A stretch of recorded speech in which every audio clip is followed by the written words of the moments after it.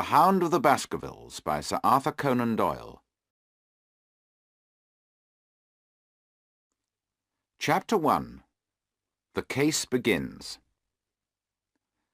The September sun was shining brightly into the windows of 221B Baker Street, and London was enjoying a beautiful late summer. I had finished my breakfast and was reading the newspaper. As usual, Holmes had got up late and was still eating.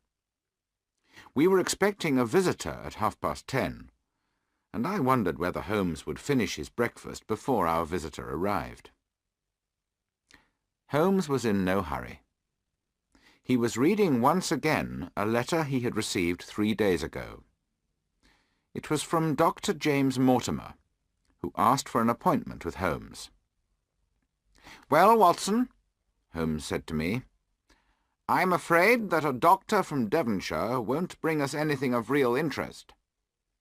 His letter doesn't tell us anything about his business, though he says it's very important. I hope we can help him." At exactly 10:30 there was a knock on our front door. "Good," said Holmes. "Dr. Mortimer is clearly a man who will not waste our time." We stood up as our visitor was brought into the room. "Good morning, gentlemen," he said. "I'm Dr. James Mortimer from Grimpen in Devonshire, and I think you must be Mr. Sherlock Holmes?" He shook hands with Holmes, who said, "How do you do, Dr. Mortimer? May I introduce my good friend Dr. John Watson, who helps me with my cases? I hope you will allow him to listen to our conversation." "Of course," said Mortimer, as he turned to me and shook hands. "I need your help very badly, Mr. Holmes. If it will be useful for Dr. Watson to hear what I have to say, please let him stay and listen." Mortimer did not look like a country doctor. He was very tall and thin. He had a long, thin nose. His grey eyes were bright, and he wore gold glasses. His coat and trousers were old and worn. His face was young, but his shoulders were bent like an old man's, and his head was pushed forward. He took some papers from his pocket and said, "Mr. Holmes, I need your help and advice. Something very strange and frightening has been happening." "Sit down, Dr. Mortimer," said Holmes, "and tell us your problem. I'll help you if I can." Chapter 2. The Baskerville Papers. "These papers were given to me by Sir Charles Baskerville," said Dr. Mortimer. "He asked me to take good care of them. You may remember that Sir Charles died suddenly 3 months ago. His death caused much excitement in Devonshire, the county where Baskerville Hall is. Sir Charles was a sensible man, but he believed the story which is told in these papers." Dr. Mortimer went on. "The story is about the Baskerville family. I have come to see you because I need your help. I think that something terrible is going to happen in the next 24 hours. But you can't help me unless you know the story in these papers. May I read them to you?" "Please continue, Dr. Mortimer," said Holmes, and sat back in his chair with his eyes shut. Mortimer began to read in his high, rather strange voice. "I, William Baskerville, write this for my sons in the year 1742. My father told me about the Hound of the Baskervilles. He told me when it was first seen, and I believe his story was true. I want you, my sons, to read this story carefully. I want you to know that God punishes those who do evil, but never forget that he will forgive those who are sorry for any evil they have done. 100 years ago, in 1640, the head of the Baskerville family was Sir Hugo Baskerville. He was a wild and evil man. He was cruel and enjoyed hurting people. Sir Hugo fell in love with the daughter of a farmer who was a neighbour of his. The young woman was afraid of the evil Hugo and avoided him. One day Hugo heard that her father and brothers were away. He knew that she would be alone. So he rode to the farm with 5 or 6 of his evil friends. They made the girl go back to Baskerville Hall with them, and locked her in a room upstairs. Then they sat down in the great dining hall to drink. As usual, they drank bottle after bottle, and soon they began to sing and laugh and shout evil words. The girl upstairs, who was already very frightened, felt desperate when she heard the terrible things they were shouting. So she did a very brave thing. She opened the window, climbed out of the room and down the ivy on the wall. Then she started to run across the moor towards her home. A little while later, Hugo left his friends and went upstairs to the room to take her some food and drink. When he found an open window and an empty room, he behaved like a man who was mad. He ran down the stairs. He screamed that he would give himself to the devil if he caught the girl before she reached home. Some of Hugo's drunken friends told him to let the hounds chase her, and so he ran from the house and unlocked the dogs. Then he jumped onto his black horse and rode off over the moor with the hounds running and crying around him. Hugo's friends fetched their horses and followed him. There were 13 of them. After a mile or two they passed an old farmer, and asked him if he had seen Sir Hugo and the hounds. The man looked half mad with fear, and spoke with difficulty. He said that he had seen the girl and the hounds running close behind her. Sir Hugo had been riding just behind the hounds. "But I have seen more than that," the old man said. "Behind Sir Hugo, I saw a huge and terrible hound running silently. May God keep me safe from that hound of hell." The 13 men laughed at the old man and rode on. But their laughter soon stopped when they saw Sir Hugo's horse running wildly towards them without a rider. The 13 men moved closer together as they rode on. They were suddenly afraid. Over the moor they went, until at last they caught up with the hounds. Everyone in the county knew that the Baskerville hounds were brave and strong. But now they were standing at the head of a deep valley in the moor with their ears and tails down. They were very frightened. Hugo's friends stopped. Most of them would not go on, but 3 were brave enough to go down into the valley. The valley had a wide, flat floor. In the middle of the flat ground stood 2 great stones. They had stood there for thousands of years. The moon was shining brightly on the great stones, and between them on the flat ground lay the girl. She had fallen there, dead of fear and exhaustion. Sir Hugo's body was lying near her. But it was not the sight of Sir Hugo or the girl that filled the men with fear. It was the sight of the huge animal that was standing over Sir Hugo. Its teeth were at his throat. It was a great black creature that looked like a hound, but it was larger than any hound they had ever seen. As they watched, it tore out Hugo Baskerville's throat. Then it turned towards them. Its eyes were burning brightly. Its body shone with a strange light. Blood ran from its mouth. The men screamed and kicked their horses. They rode back up the valley as fast as they could go. Later that night, one died from the horror he had seen. The other two were mad for the rest of their lives.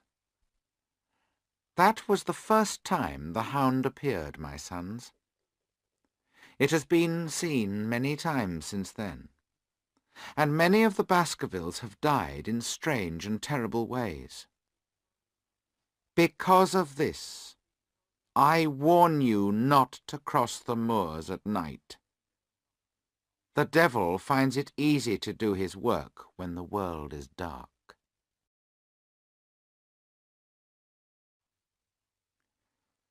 Chapter 3. How Sir Charles Died. When Dr. Mortimer had finished reading this strange story, he looked across at Sherlock Holmes. Holmes looked bored. "Did you find the story interesting?" asked Dr. Mortimer. "It may interest a collector of stories to frighten children," said Holmes. Dr. Mortimer took a newspaper from another pocket. "Now, Mr. Holmes, let me read you something which was written only 3 months ago. It is from the Devonshire County newspaper, and it is about the death of Sir Charles Baskerville." Holmes looked more interested. Dr. Mortimer began to read. "The sudden death of Sir Charles Baskerville has caused great sadness in the county. Although he had lived at Baskerville Hall for only 2 years, everyone liked him. Sir Charles had lived abroad and made his money there. He came back to spend his fortune on repairing Baskerville Hall and its farms and villages, as the buildings and lands were in very poor condition. He was a friendly and generous man who gave freely to the poor. The official report of his death does not explain everything that happened. However, it does show that there was no question of murder. Sir Charles died from natural causes, and the strange stories people are telling about his death are not true. His friend and doctor, Dr. James Mortimer, said that Sir Charles's heart had been weak for some time. The facts are simple. Every night before going to bed, Sir Charles went for a walk in the gardens of Baskerville Hall. His favourite walk was down a path between 2 hedges of yew trees, the famous yew alley of Baskerville Hall. On the night of the 4th of June, he went out for his walk to think and to smoke his usual cigar. Sir Charles was going to London on the next day, and Barrymore, his butler, was packing his suitcases. By midnight, Barrymore was worried that Sir Charles had not returned, so he went to look for him. He found the door of the hall open. The day had been rainy and wet, so Barrymore saw the prints left by Sir Charles's shoes as he had walked down the alley. Halfway down the alley is a gate which leads to the moor. There were signs that Sir Charles had stood there for some time. Barrymore followed the footprints to the far end of the alley, and there he found Sir Charles's body. Barrymore reported something interesting about the footprints. He said that they changed between the moor gate and the end of the alley. As far as the moor gate, there was a whole footprint for each of Sir Charles's steps. After he passed the gate, only toe prints could be seen. Barrymore thought Sir Charles had walked on his toes.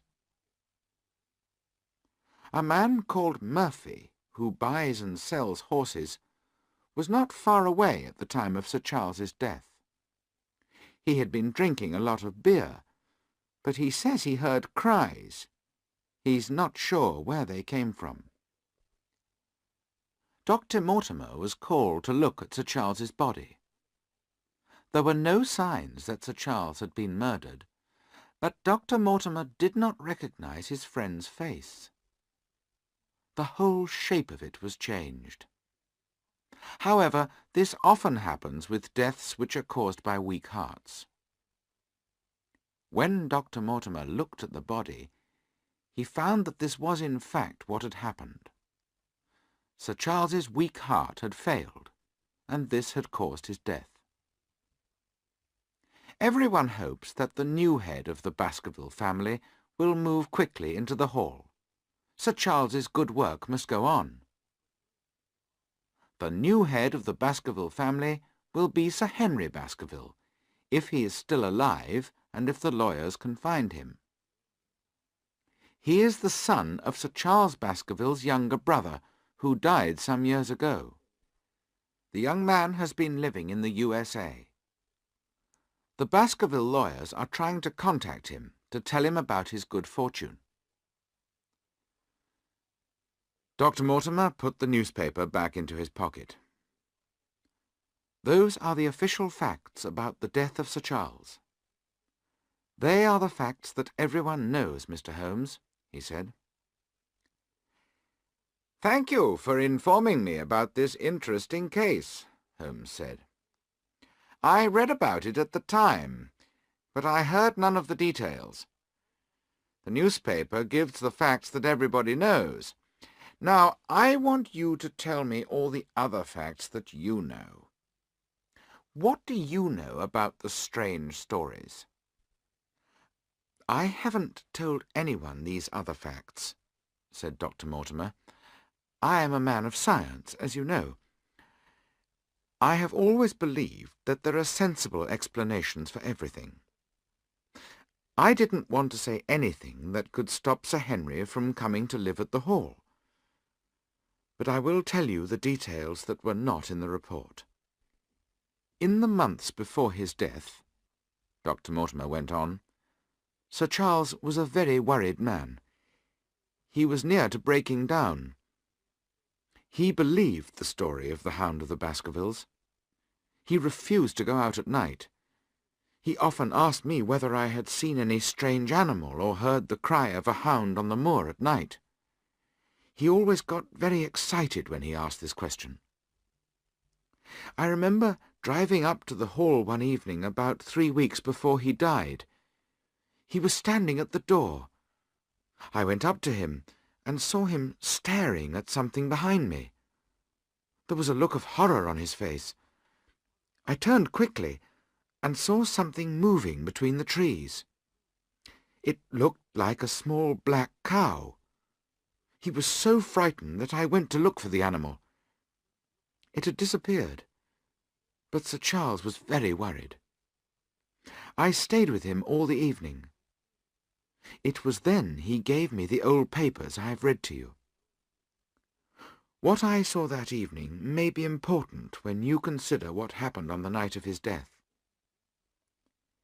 When Barrymore, the butler, found Sir Charles's body, he sent someone to fetch me. I checked all the facts. I have just read them to you, and they are all true. But Barrymore said one thing that was not true. He said that there were no other prints on the ground around the body. He did not notice any, but I did. They were not close to the body, but they were fresh and clear. "Footprints?" asked Holmes. "Yes, footprints," said Mortimer.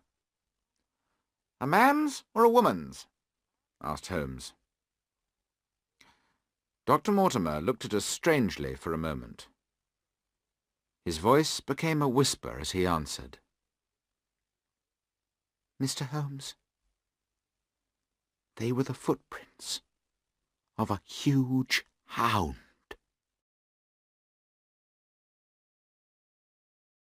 Chapter 4. The Problem. I felt a moment of fear as Mortimer spoke these words. Holmes sat forward in his excitement, and his eyes showed he was very interested indeed. "Why did nobody else see these footprints?" he asked. "The footprints were about 20 metres from the body, and nobody thought of looking so far away," Mortimer replied. "Are there many sheepdogs on the moor?"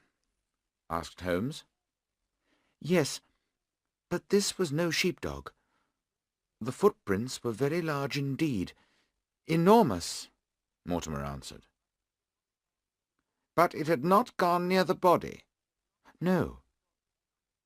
"What kind of night was it?" Holmes asked. "It was wet and cold, though it wasn't actually raining." "Describe the alley to me." "The alley is a path between two long yew hedges. The hedges are small trees that were planted very close together. They are about 4 metres high. The distance between the two yew hedges is about 7 metres. Down the middle is a path of small stones. The path is about 3 metres wide, with grass on each side of it." "I understand there is a gate through the hedge in one place," said Holmes. "Yes, there is a small gate which leads to the moor." "Is there any other opening through the hedge?" "No." "So you can enter or leave the yew alley only from the hall or through the moor gate?" asked Holmes. "There is a way out through a summer-house at the far end." "Had Sir Charles reached the summer-house?" "No.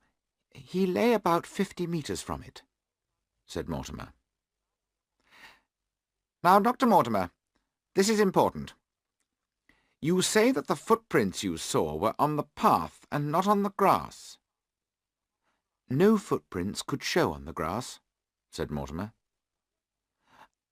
"Were they on the same side of the path as the moor gate?" "Yes, they were." "I find that very interesting indeed. Another question. Was the moor gate closed?"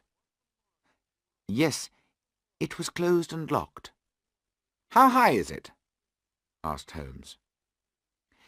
"It's just over 1 metre high." "Then anyone could climb over it?" "Yes." "What prints did you see by the moor gate?" "Sir Charles seems to have stood there for 5 or 10 minutes, said Mortimer. "I know that because his cigar had burned down, and the ash had dropped twice off the end of it." "Excellent," said Holmes. "This man is a very good detective, Watson." "Sir Charles had left his footprints all over that little bit of the path where he was standing. I couldn't see any other prints."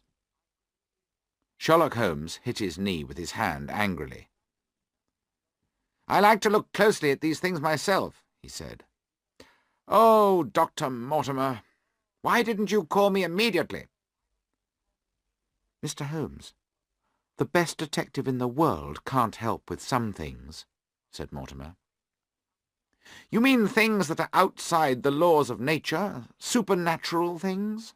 asked Holmes. "I didn't say so exactly," replied Mortimer. "But since Sir Charles died, I have heard about a number of things that seem to be supernatural. Several people have seen an animal on the moor that looks like an enormous hound. They all agree that it was a huge creature which shone with a strange light like a ghost. I have questioned these people carefully. They are all sensible people. They all tell the same story. Although they have only seen the creature far away, it is exactly like the hellhound of the Baskervilles story. The people are very frightened, and only the bravest man will cross the moor at night." "And you, a man of science, believe that the creature is supernatural, something from another world?" asked Holmes. "I don't know what to believe," said Dr. Mortimer. But you must agree that the footprints were made by a living creature, not a ghost. When the Hound first appeared 250 years ago, it was real enough to tear out Sir Hugo's throat. But it was a supernatural hellhound, said Dr. Mortimer. If you think that Sir Charles's death was caused by something supernatural, my detective work can't help you, said Holmes rather coldly. Perhaps, said Mortimer, but you can help me by advising me what to do for Sir Henry Baskerville. He arrives in London by train in exactly— Dr. Mortimer looked at his watch— 1 hour and a quarter. Sir Henry is now head of the Baskerville family, asked Holmes. Yes, said Dr. Mortimer. He is the last of the Baskervilles. The family lawyers contacted him in the USA. He has come to England immediately by ship. He landed this morning. Now, Mr. Holmes, what do you advise me to do with him? Why should he not go to the family home? Asked Holmes. Because so many Baskervilles who go there die horrible deaths. But Sir Charles's good work must go on. If it doesn't, all the people on the Baskerville lands will be much poorer. If the Baskerville family leaves the Hall, that is what will happen. I don't know what to do. That is why I came to you for advice. Holmes thought for a little while. Then he said, You think it's too dangerous for any Baskerville to live at the Hall because of this supernatural hellhound. Well, I think you should go and meet Sir Henry Baskerville. Say nothing to him about this. I shall give you my advice in 24 hours. At 10 o'clock tomorrow morning, Dr. Mortimer, I would like you to bring Sir Henry Baskerville here. Dr. Mortimer got up from his chair. As he was leaving the room, Holmes said, One more question, Dr. Mortimer. You said that before Sir Charles's death, several people saw this strange creature on the moor. 3 people did, said Mortimer. Did anyone see it after the death? I haven't heard of anyone. Thank you, Dr. Mortimer. Good morning. After Mortimer had left us, Holmes sat down in his chair. He looked pleased. He always looked pleased when a case interested him. I knew that he needed to be alone to think about all that he had heard. I went out for the day, and came back to find the room full of thick smoke from Holmes's pipe. What do you think of this case? I asked him. It's hard to say. Take, for example, the change in the footprints. Did Sir Charles walk on his toes down the alley? Only a stupid person is likely to believe that. The truth is he was running for his life. He ran until his heart stopped and he fell dead. What was he running from? I asked. That is the difficult question, said Holmes. I think he was mad with fear before he began to run. He didn't know what he was doing. That explains why he ran away from the house instead of towards it. He was running away from help. The next question. Who was he waiting for that night? And why was he waiting in the yew alley and not in the house? You think he was waiting for someone? Sir Charles was old and unwell. We can understand why he took a walk each evening. But why did he stand in the cold on wet ground for 5 or 10 minutes? Dr. Mortimer cleverly noted the cigar ash, so we know how long Sir Charles stood there. We know that he kept away from the moor, so it's unlikely that he waited at the moor gate every evening. I am beginning to understand some things, Watson. but I'll think no more about it until we meet Dr. Mortimer and Sir Henry Baskerville in the morning. Please give me my violin." And Holmes began to play his violin. He had done all the thinking he could.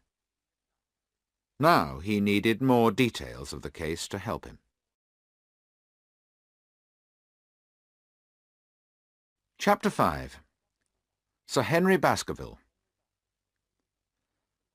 Dr. Mortimer and Sir Henry Baskerville arrived at exactly 10 o'clock the following morning. Sir Henry was a small, healthy, well-built man. His face showed that he had a strong character.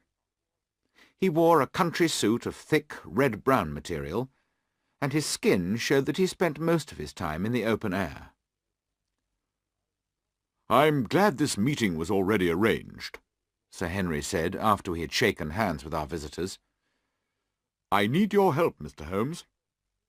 A strange thing happened to me this morning. Look at this letter." He put a piece of paper on the table. On it were the words, "Do not go on to the moor. If you do, your life will be in danger." The words had been cut out of a newspaper. "Can you tell me, Mr. Holmes, what this means, and who is so interested in me?" Sir Henry asked. "This is very interesting," said Holmes. "Look how badly it has been done. I think the writer was in a hurry. Why? Perhaps because he did not want somebody to see him. I think the address was written in a hotel. The pen and the ink have both given the writer trouble. The pen has run dry 3 times in writing a short address. There was probably very little ink in the bottle. A private pen and bottle of ink are never allowed to get into that condition. Hello, what's this?" He was holding the letter only a few centimetres from his eyes. "Well?"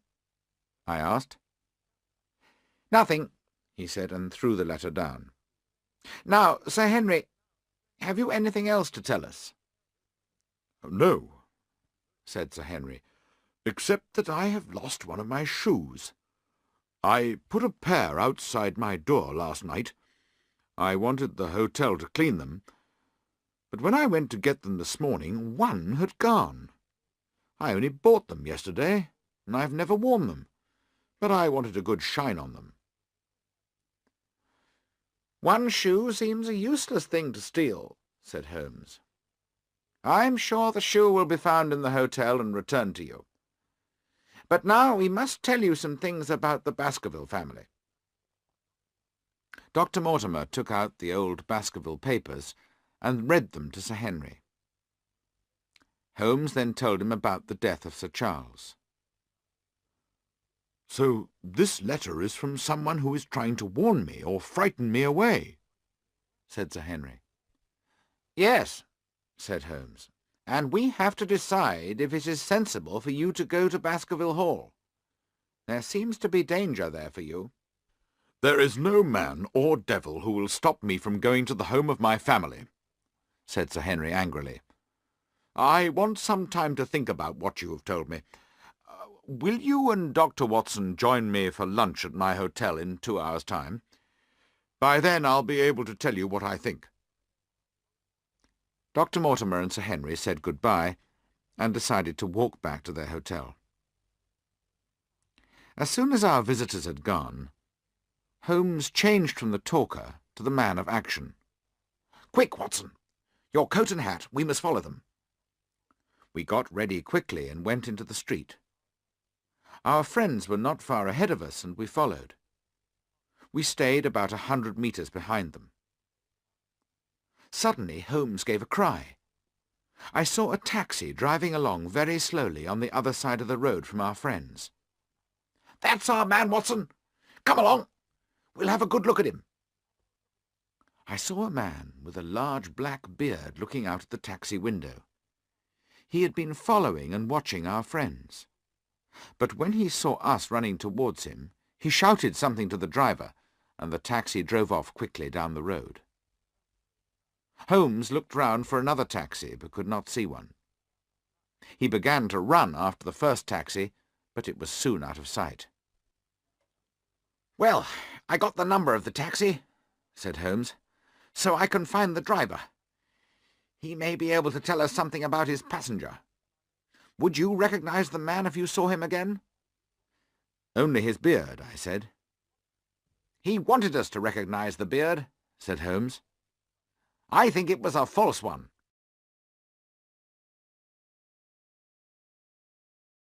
Chapter 6. More Mystery. Later we went on to Sir Henry's hotel.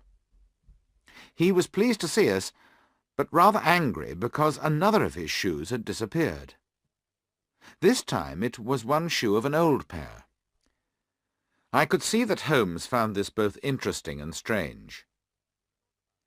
He thought about it for a few moments, but said nothing, except that he did not understand why a second shoe had been stolen.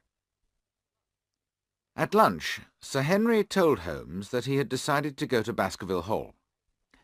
"I think you have decided to do the right thing," said Holmes. "I know somebody is following you.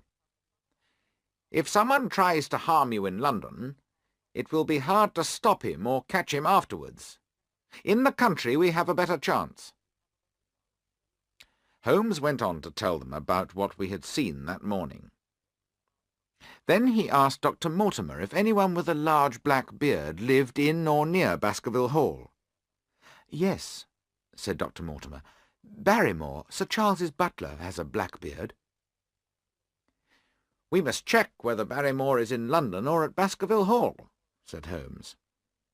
"I shall send a telegram to Barrymore at the Hall, which will say, 'Is everything ready for Sir Henry?' Then I'll send another telegram to the local post office.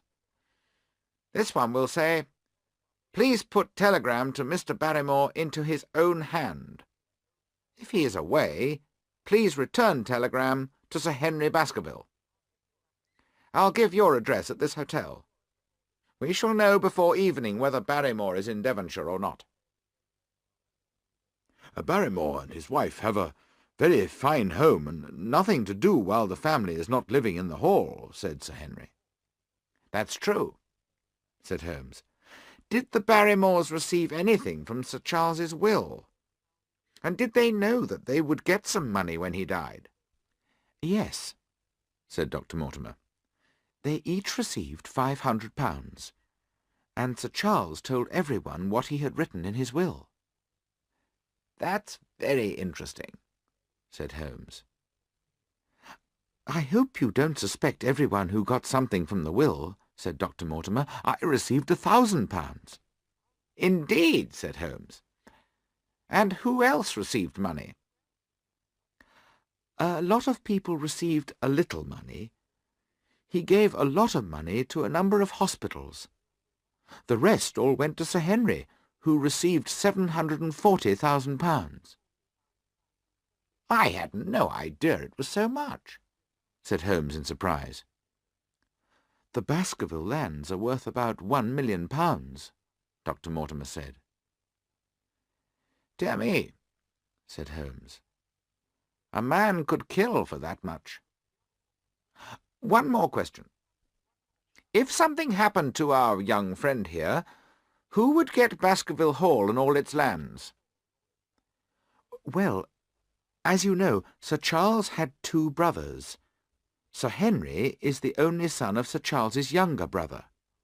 The youngest brother of the 3, Roger, was a criminal. The police wanted him, so he had to leave England. They say he looked exactly like the family picture of old Sir Hugo, who first saw the Hound. He was the same kind of man, too. He went to South America, where he died of a fever. So, if Sir Henry died, Baskerville Hall would go to James Desmond, who is a cousin of the Baskervilles. James Desmond is an old man who lives in the north of England. His life is very simple, and he would not want to be rich." "Thank you, Dr. Mortimer," said Holmes. "Now, Sir Henry, I agree that you should go to Baskerville Hall as quickly as possible. But you must not go alone. I myself cannot leave London at the present time. I'm working on another case. I'm trying to save one of the most important men in England from a difficult situation. I hope my friend Watson will go with you. If there is danger, you could not have a better man by your side." Sir Henry and I were both very happy with this idea, so we arranged to travel to Devonshire on the following Saturday. Just as we were leaving Sir Henry's room, he gave a cry and got down on his knees by the table. "Here's my brown shoe that was lost," he said, reaching under the table. "That's very strange," said Dr. Mortimer. "We both searched the room before lunch, and it wasn't under the table then." None of the people who worked at the hotel could explain how the shoe had got back into the room. So we had another mystery.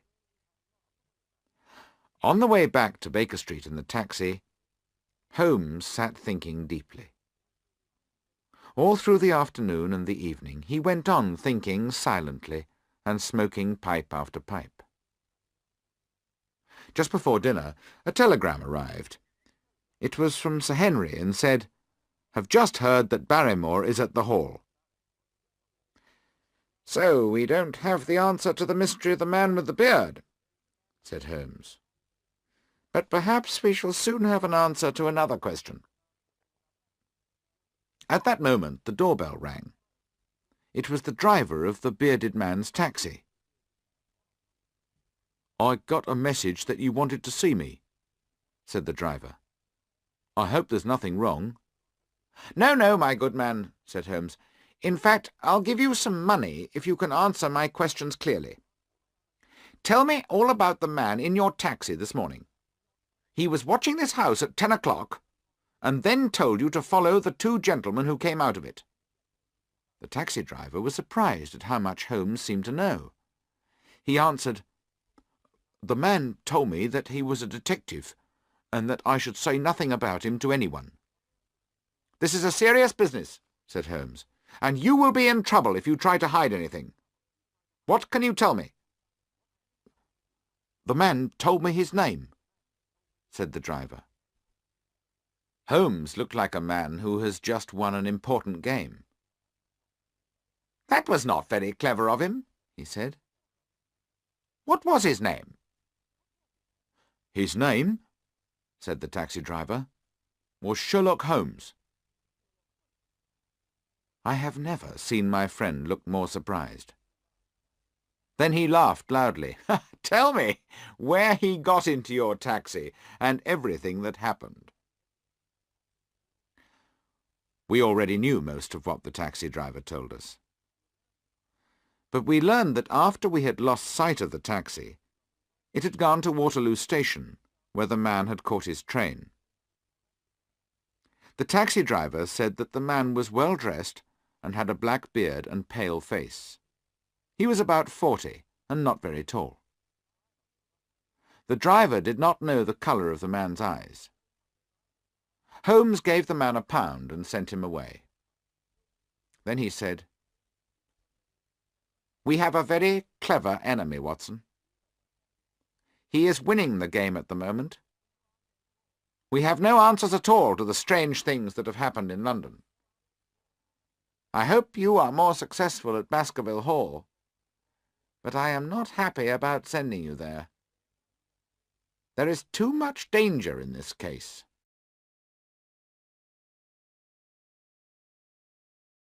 Chapter 7. Baskerville Hall. Holmes came to Waterloo Station to say good-bye to us. Our friends told him that they were sure nobody had followed them since our last meeting. Sir Henry's other shoe had not reappeared. Holmes repeated his warning that Sir Henry should not go on the moor at night, and should not go anywhere alone. Then Holmes checked with me that I had my gun, an army revolver. The journey was fast and enjoyable. We were met at Newtown Station and driven to Baskerville Hall. The countryside we drove through was beautiful, but behind it we could see the long, dark, frightening hills of the moor. As we turned a corner, we were surprised to see a soldier on horseback. He was carrying a gun. Dr. Mortimer asked our driver why the soldier was there. "A dangerous criminal has escaped from the prison, sir," he told us. "He's been free for 3 days now, and people are frightened. His name is Selden. He's the man who did that murder in London." I remembered the case well. It had been a very cruel murder. I thought of this killer out on the empty, wild moor, and I felt more and more uncomfortable about my surroundings. The beautiful green fields with their thick hedges were behind us, and we were now on the cold, open moor. Everything was grey, hard and wild. Huge rough stones stood on the hard ground. The tops of the hills stood sharply like cruel teeth against the sky. A cold wind was blowing, and night was falling. I saw Sir Henry pull his coat closer round him. At last we reached the gates of Baskerville Hall. From the gates a long, dark road led up to the house, with the black shapes of old trees on each side of it. At the end of this road we could see the great house standing with a pale light round it like a ghost. "I can understand why my uncle felt that trouble was coming to him here. It's not a welcoming place," said Sir Henry, and his voice shook as he spoke. As we got closer, we could see that the hall was a heavy, dark building with a large main entrance. Most of the building was old and was covered in dark green ivy, but some of it had been built more recently and was of grim black stone. A dull light shone through the heavy windows. Black smoke was coming from one of the high chimneys of the main building. "Welcome, Sir Henry. Welcome to Baskerville Hall." Barrymore, the butler, and his wife were waiting on the steps at the main entrance. They came down and took our suitcases into the house. Dr. Mortimer left us to go home, and we went into the hall where a fire was burning. It was a fine room, large and high. "It's exactly as I imagined an old family home," Sir Henry said. Barrymore showed us to our rooms. He was a tall, handsome man with a full black beard. After we had washed and changed our clothes, he brought our dinner. The dining room was not very welcoming. It needed more lights to make it brighter. On the walls were the pictures of the Baskervilles of the past. They looked down on us silently, and did nothing to make us feel happier. After dinner we went to our rooms. Before I got into bed, I looked out of my window. A strong wind sang sadly as it bent the trees in front of the hall. A half-moon shone through the dark flying clouds onto the wild and empty moor. I could not sleep. Then suddenly, in the middle of the night, I heard very clearly the sound of a woman crying. It was the crying of a person who was hurt by some deep sadness. The sound was not far away and was certainly in the house. Chapter 8. The Stapletons of Penn House. The next morning was sunny, and we were much more cheerful. I told Sir Henry about the crying I had heard. He rang the bell to call Barrymore, and asked him if he could explain the crying. Barrymore's face went white when he heard Sir Henry's question. "There are only 2 women in the house, Sir Henry," he answered. "One is the maid, who sleeps on the other side of the house. The other is my wife, and she was certainly not crying." But he was telling a lie. I saw Mrs. Barrymore after breakfast. The sun was full on her face, and it was clear she had been crying. Why had Barrymore lied? What deep sadness had made his wife cry? There was a mystery surrounding this black-bearded, handsome man. Was it possible that Barrymore was in fact the man who had been watching Sir Henry in London? I decided I must check with the local post office that the telegram had really been put into Barrymore's own hands. While Sir Henry worked at some papers, I walked to the post office. It was in the nearest village, which was called Grimpen. I spoke to the boy who had taken the telegram to the hall. "Did you give it to Mr. Barrymore himself?" I asked.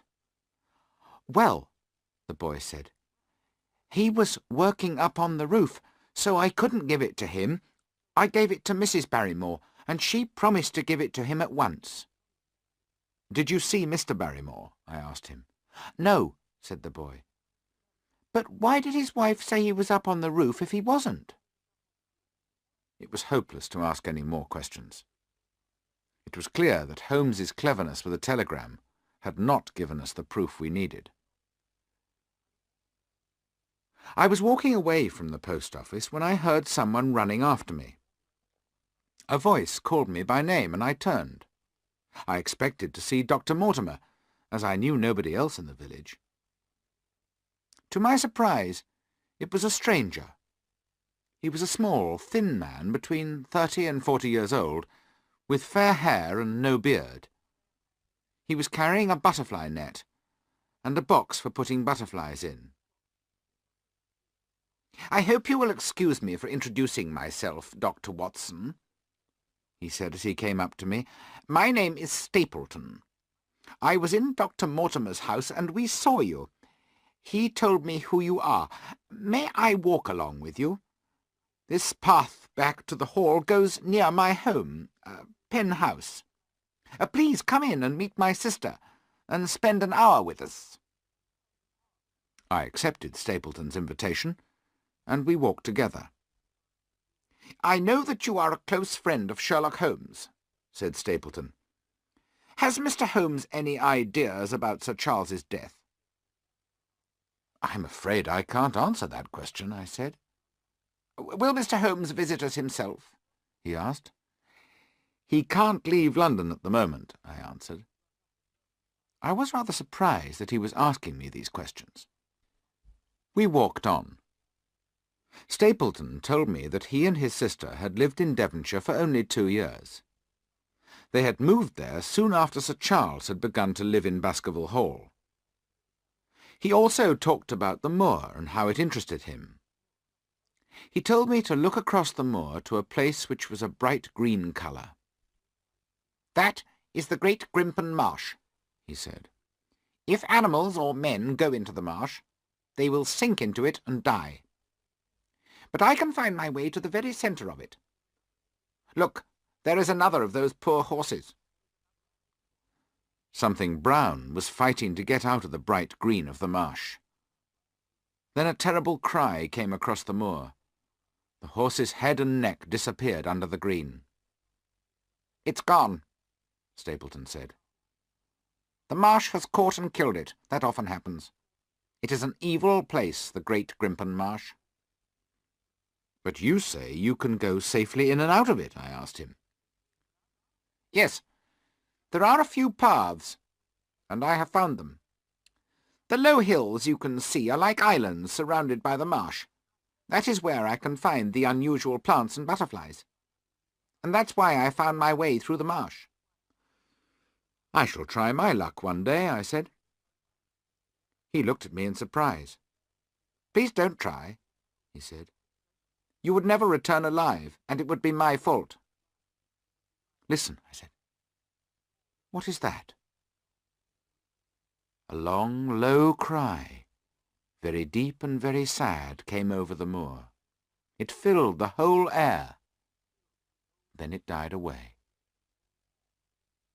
"What is it?" I asked, with a cold fear in my heart.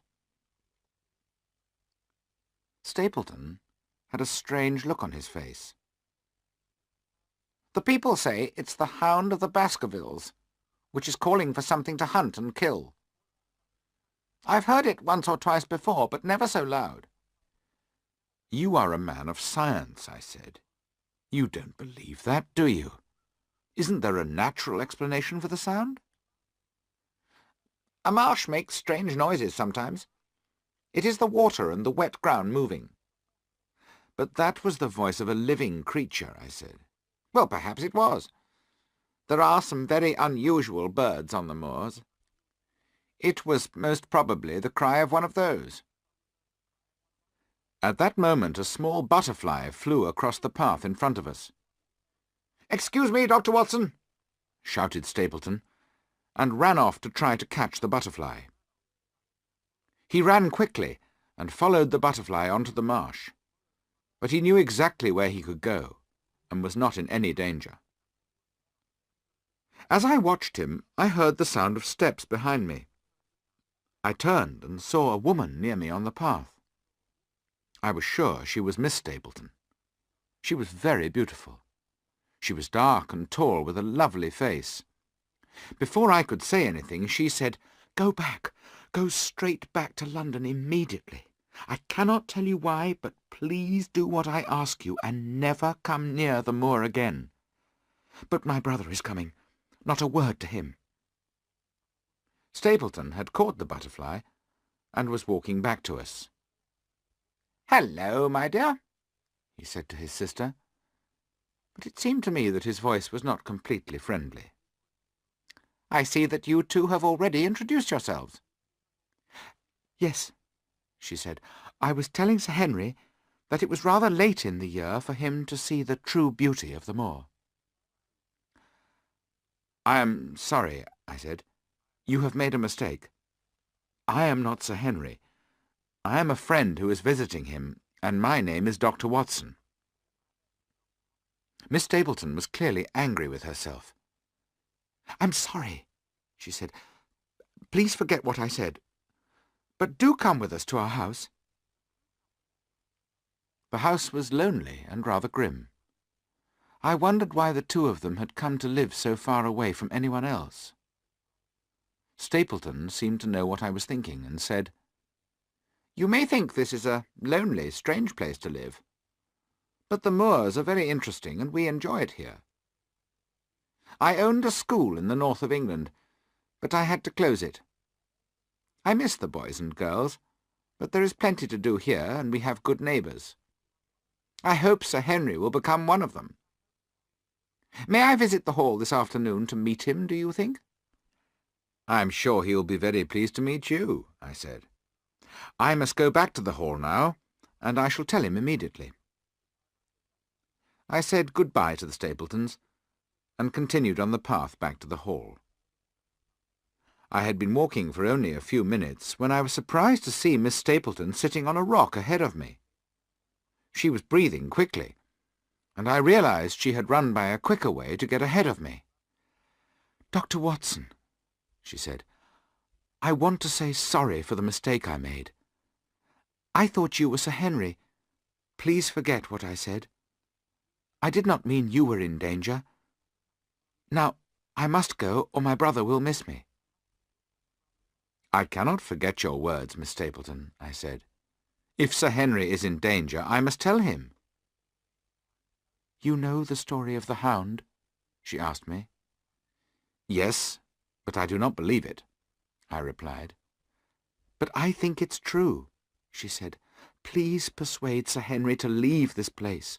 So many of his family have died here mysteriously. He must not put his life in danger by staying here." "Sir Henry won't leave this place without a real reason," I said. "I can't give you a real reason. I don't know anything for certain." "One more question, Miss Stapleton," I said. "The story of the Hound is well known. Why didn't you want your brother to hear what you said?" "My brother wants the head of the Baskerville family to live in the hall," she said. "He wants Sir Henry to continue the good work that Sir Charles began. He doesn't want Sir Henry to go and live in another place. So he doesn't want me to talk about the Hound. I must go now, or my brother will guess I have been speaking to you. Goodbye." She turned and went back towards her house, and I walked on to Baskerville Hall.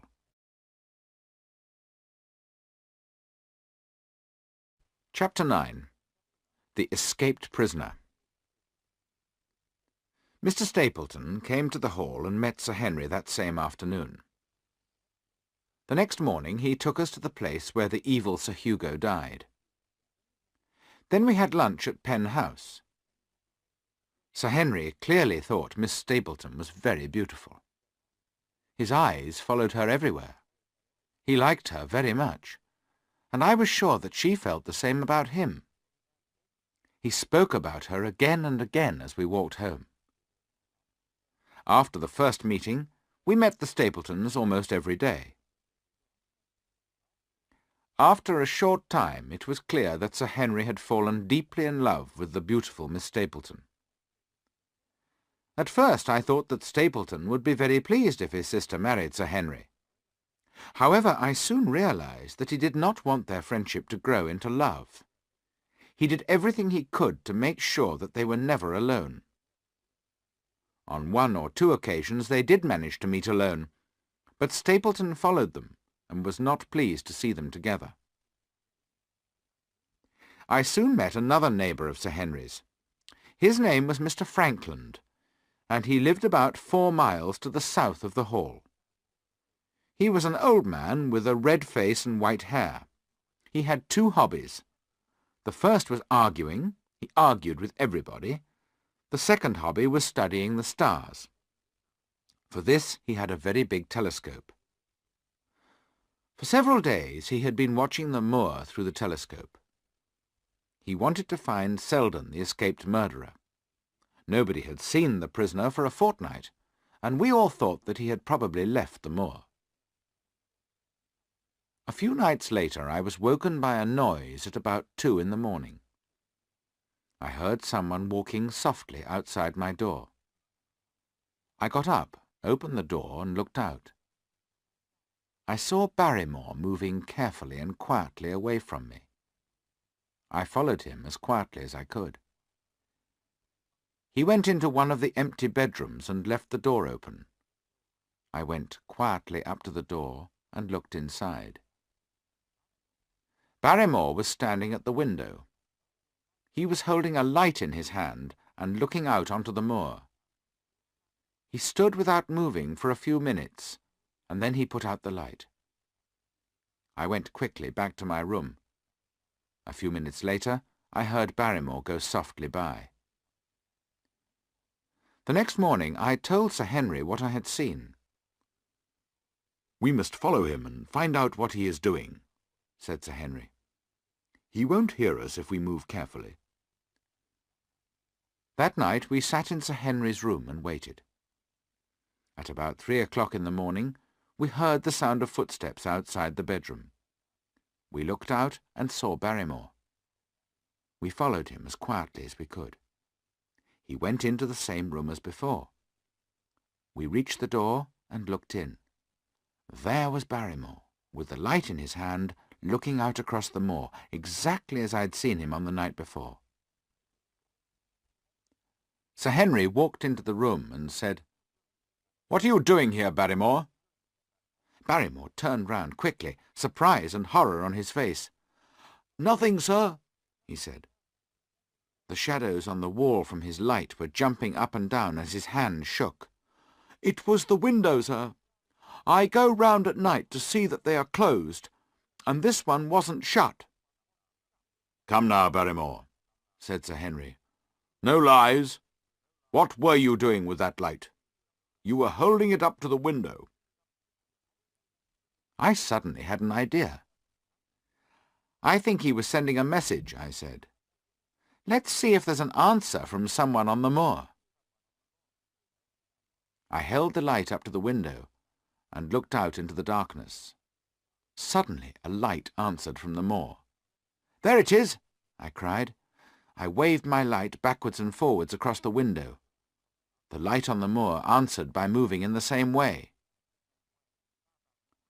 "Now, Barrymore, Who is your friend on the moor? What's going on?" "That's my business," said Barrymore. "I won't tell you." "Are you making some criminal plan against me?" Sir Henry said. "No, it's nothing against you, sir," said a voice from behind us. It was Mrs. Barrymore. She had followed us and was standing at the door. "He's doing it for me. My unhappy brother is cold and hungry on the moor. We cannot let him die. Our light is to tell him that food is ready for him. His light shows us where to take it." "Then your brother is—" began Sir Henry. "The escaped prisoner, sir. Selden, the murderer. He is my younger brother. He has done evil things, but to me he is still the little boy I loved and cared for. I had to help him. Everything my husband has done has been for me. Please don't take his job from him. It's not his fault." Sir Henry turned to Barrymore and said, "I cannot blame you for helping your wife. Go to bed, and we'll talk about this in the morning." The Barrymores left us. "The murderer is waiting out there by that light," said Sir Henry. "He's a danger to everyone. I'm going to catch him.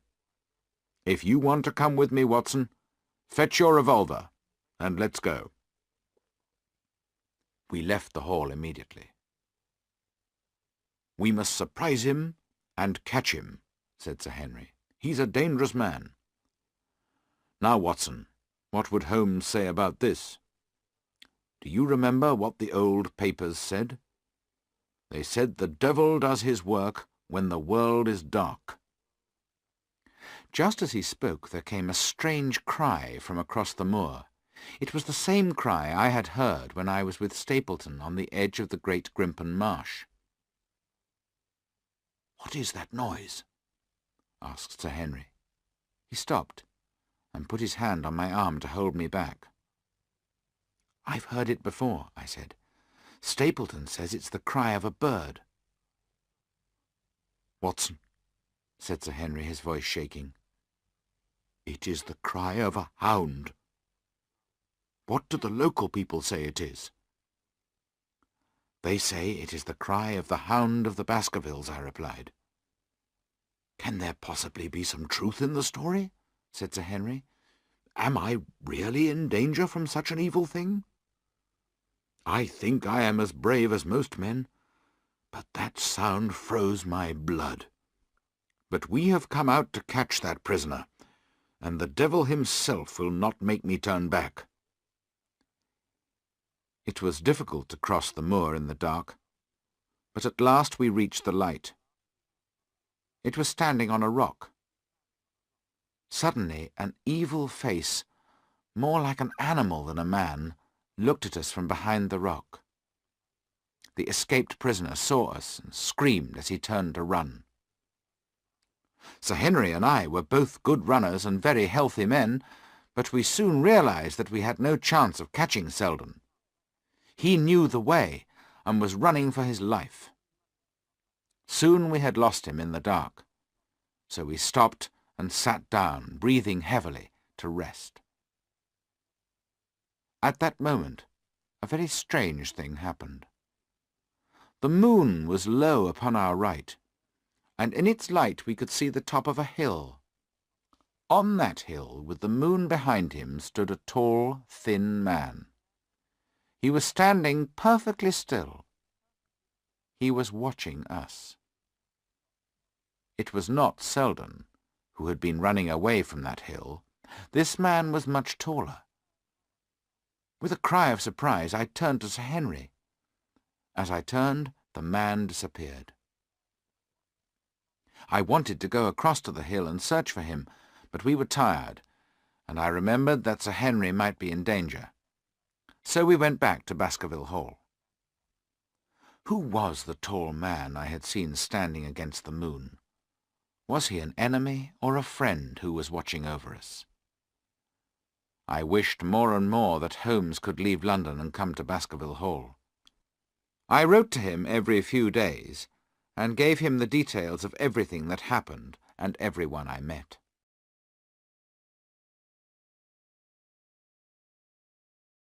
Chapter 10. The Letter. The following day was dull and foggy. The hall was surrounded by heavy, low clouds, which opened now and then to show the grim, cold moor and its wet grey rocks. The weather made us miserable. It was difficult to be cheerful when we felt danger all around us. I thought of Sir Charles's death, and the awful sound of the Hound, which I had now heard twice. Holmes did not believe that there was a supernatural hound, but facts are facts, and I had heard a hound. Was there a huge hound living on the moor? If so, where could it hide? Where did it get its food? Why was it never seen by day? It was almost as difficult to accept a natural explanation as a supernatural explanation. That morning Sir Henry and Barrymore argued about Selden, the escaped prisoner. Barrymore said that it was wrong to try to catch Selden. "But the man is dangerous," said Sir Henry. "He'll do anything. Nobody is safe until he is in prison again. We must tell the police." "I promise he won't break into any house," said Barrymore, "and he won't cause any trouble. In a few days he will catch a boat for South America. Please don't tell the police about him. If you tell the police, my wife and I will be in serious trouble." "What do you say, Watson?" asked Sir Henry, turning to me. "I don't think he will break into houses or cause trouble. If he did, the police would know where to look for him and would catch him. He's not a stupid man." "I hope you're right," said Sir Henry. "I'm sure we're breaking the law. But I don't want to get Barrymore and his wife into trouble, so I shall not tell the police. I shall leave Selden in peace." Barrymore could not find the words to thank Sir Henry enough. Then he said, "You have been so kind to us that I want to do something for you in return. I have never told anyone else. I know something more about poor Sir Charles's death." Sir Henry and I jumped up at once. "Do you know how he died?" Sir Henry asked. "No, sir, I don't know that. But I know why he was waiting at the gate. He was going to meet a woman." Sir Charles was meeting a woman? Who was the woman? "I don't know her name," Barrymore said, "but it begins with L.L." "How do you know this, Barrymore?" I asked. "Well, Sir Charles got a letter on the morning of the day he died. It was from Newtown, and the address was in a woman's writing. I forgot all about it, but some time after Sir Charles died, my wife was cleaning the fireplace in his study. She found a letter. Most of it was burned, but the bottom of one page was not burned. On it was written, 'Please, please, burn this letter, and be at the gate by 10 o'clock. L.L.' The paper fell into pieces as my wife went to move it. We don't know who L.L. is, but if you could find out, you might learn more about Sir Charles's death. We haven't told anyone else. We felt it would not be good for poor, kind Sir Charles. But we thought we ought to tell you, Sir Henry." The Barrymores left us, and Sir Henry turned to me. "If we can find L.L., the mystery may be at an end," he said. "What do you think we should do, Watson?" "I must write to Holmes at once," I said, and I went straight to my room and wrote a letter to Holmes, which gave him all the details of Barrymore's story. On the following day, heavy rain fell without stopping. I put on my coat and went for a long walk on the moor. I thought of Selden out on the cold moor in this weather. And I thought of the other man, the mysterious watcher. As I walked, Dr. Mortimer drove past me. He stopped and said he would take me back to the hall. "I expect you know almost everybody living near here," I said. "Do you know a woman whose names begin with the letters L.L.?" Dr. Mortimer thought for a minute, and then he said, "Yes, Mrs. Laura Lyons. She lives in Newtown." "Who is she?" I asked. "She's Mr. Franklin's daughter." "What, old Franklin who has the large telescope?" "Yes," said Dr. Mortimer. "Laura married a painter called Lyons, who came to paint pictures of the moor. But he was cruel to her, and after a while he left her. Her father will not speak to her because she married against his wishes. So her husband and her father have made her life very unhappy." "How does she live?" I asked. "Several people who knew her sad story have helped her. Stapleton and Sir Charles gave her some money. I gave a little myself. She used the money to start a typewriting business." Dr. Mortimer wanted to know why I was asking about Mrs. Lyons. However, I preferred to keep the reason secret, and we talked about other things for the rest of the journey. Only one other thing of interest happened that day. In the evening after dinner, I had a few words with Barrymore alone. I asked him whether Selden had left the country. "I don't know, sir," Barrymore replied. "I hope he is gone, but I've not heard anything of him since I last left food and some clothes for him, and that was 3 days ago." "Did you see him then?" "No, sir, but the food and clothes were gone when I next went that way," Barrymore told me. "Then Selden was certainly there?" I asked. "I think so, sir. Unless the other man took everything?" I sat very still and looked hard at Barrymore. "You know there is another man, then? Have you seen him?" "No, sir. But Selden told me about him a week or more ago. He's hiding from someone, too, but he is not an escaped prisoner. I don't like it, sir. Something evil is going to happen, I'm sure. Sir Henry would be much safer in London." "Did Selden tell you anything more about the other man?" I asked. "He looked like a gentleman. He was living in one of the old stone huts on the moor. A boy works for him and brings him all the food and things he needs. That's all Selden told me." I thanked him, and he left me. I went to the window and looked out at the rain and the clouds. It was a wild night. I knew the huts Barrymore had spoken about. There were many of them on the moor. They had been built many hundreds of years ago by the people who lived on the moor. They would not keep a man warm and dry in bad weather. Selden could not choose to live anywhere else. But why did the other man live in such conditions? I sat and thought what I should do next. I decided I must try to find the man who had been watching us.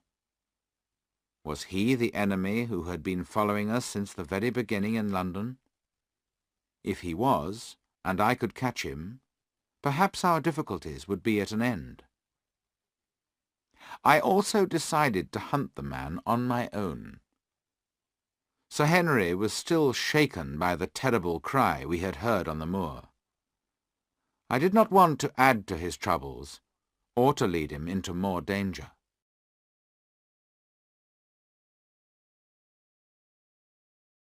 Chapter 11. Laura Lyons. I told Sir Henry about Laura Lyons, and that I wanted to speak to her as soon as possible.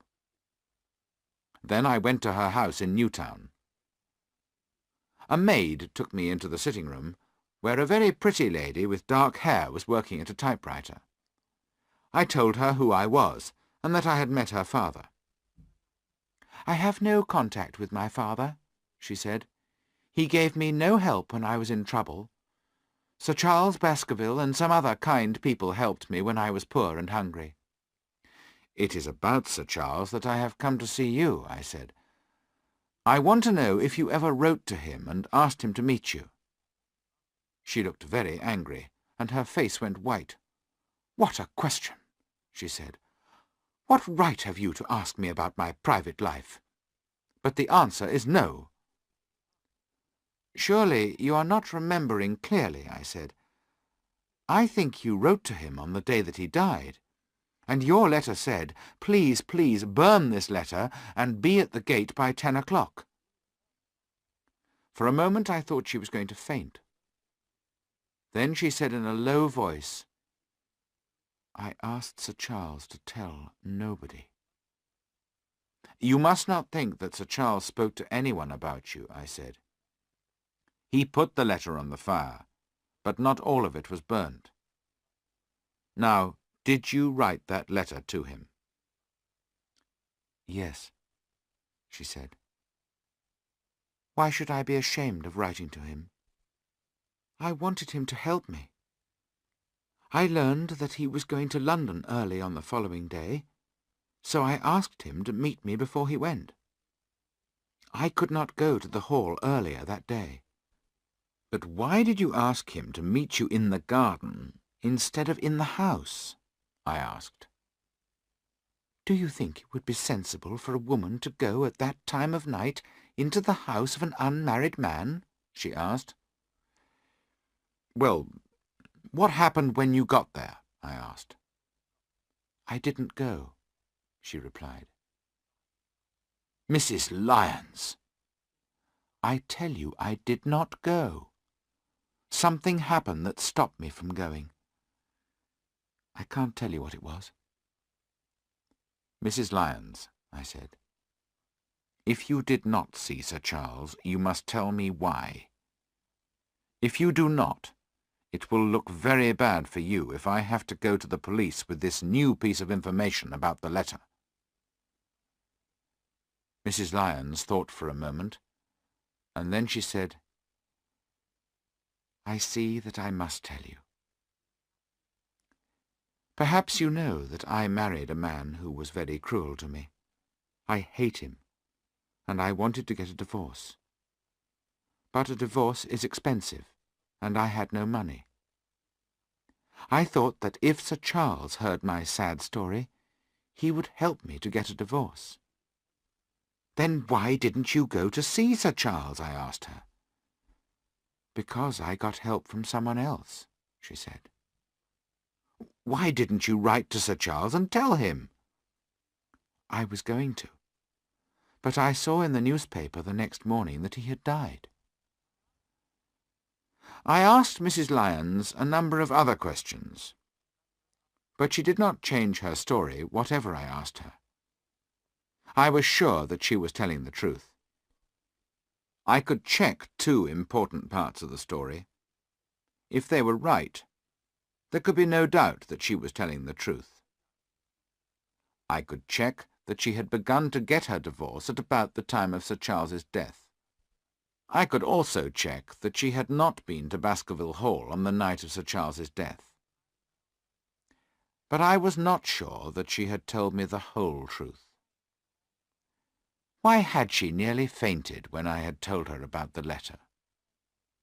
That was not completely explained by the story she had told me.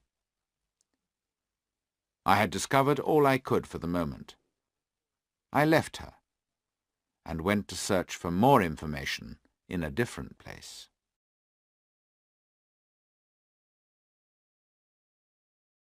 Chapter 12. The Man on the Moor. I drove out of Newtown and went to begin my search for the mysterious man on the moor. There were hundreds of the old stone huts on the moor. Barrymore did not know in which of them the mysterious man was living. I had seen the man on the night when Sir Henry and I had chased Selden, so I decided to start my search near that place. The path I took ran past Mr. Franklin's house, and I saw him standing at his gate. He called to me and invited me to go in and have a drink with him. He had been arguing with the police and was angry with them. He began to tell me about it. "But they will be sorry," he said. "I could tell them where to look for the escaped prisoner, but I'm not going to help them. You see, I have been searching the moors with my telescope, and although I have not actually seen the prisoner, I have seen the person who is taking him food."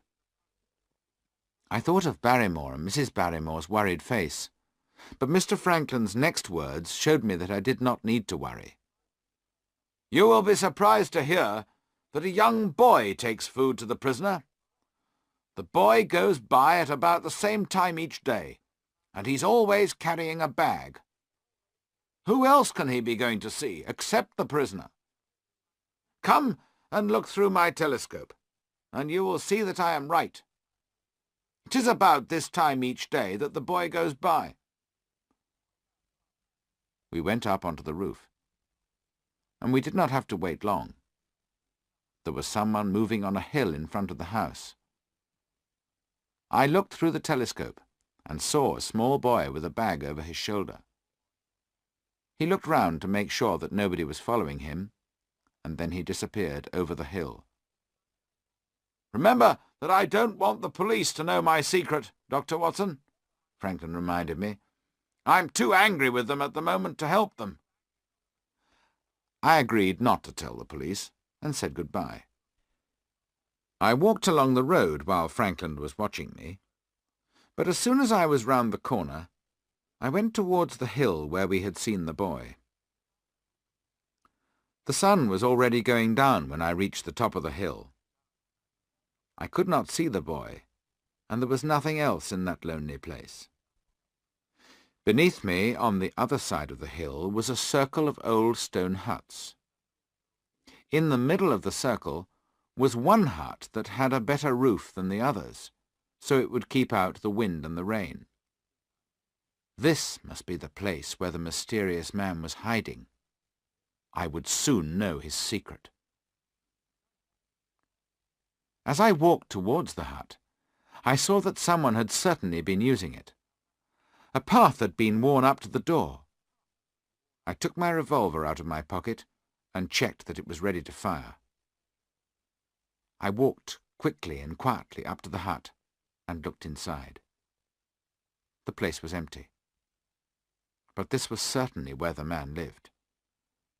As I looked round the hut, I knew that the mysterious man must have a very strong character.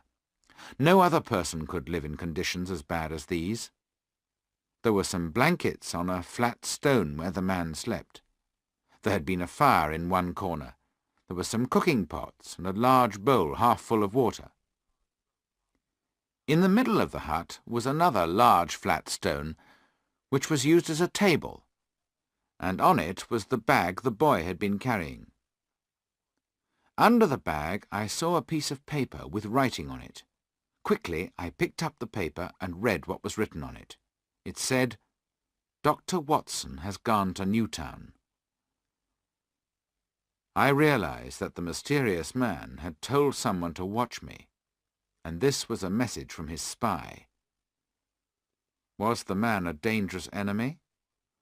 Or was he a friend who was watching us to make sure we were safe? I decided I would not leave the hut until I knew. Outside, the sun was low in the sky. Everything looked calm and peaceful in the golden evening light. But I did not feel peaceful or calm. I felt frightened as I waited for the mysterious man.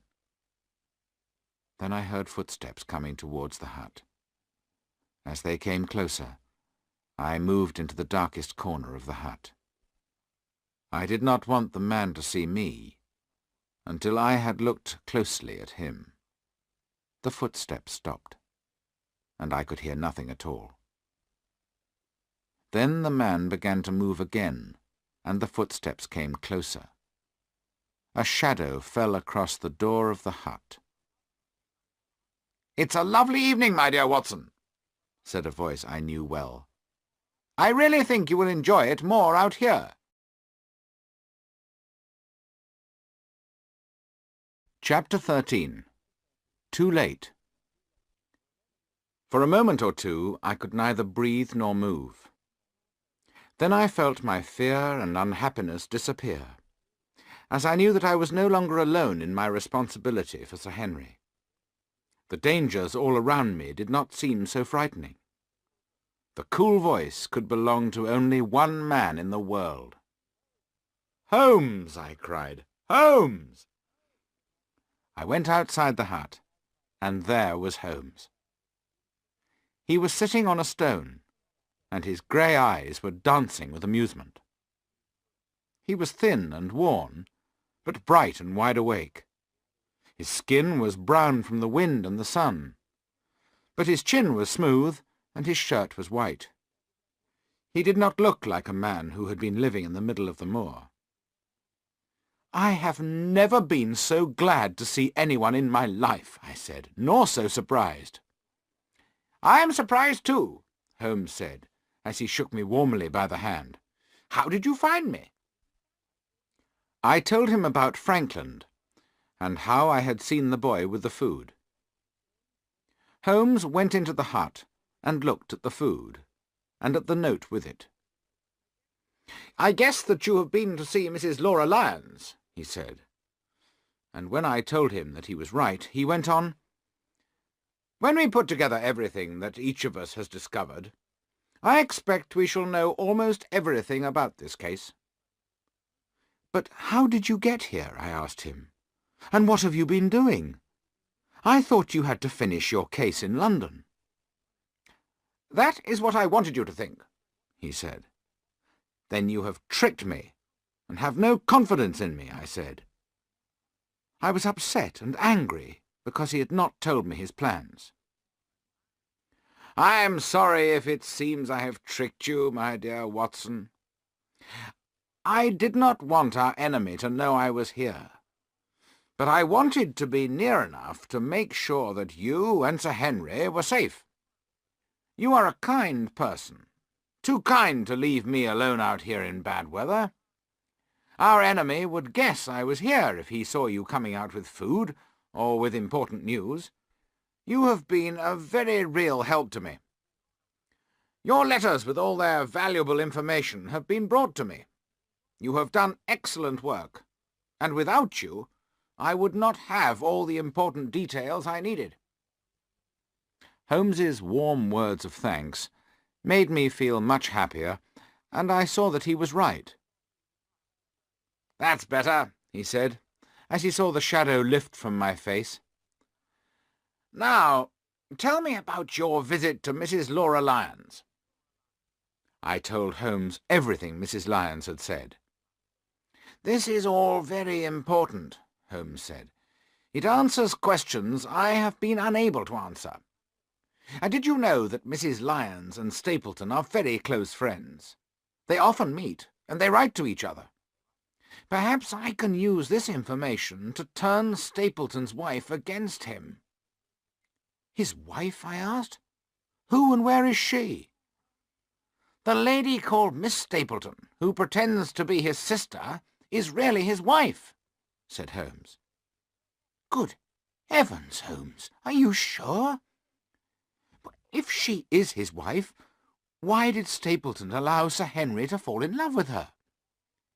"Sir Henry hurt nobody except himself when he fell in love with her.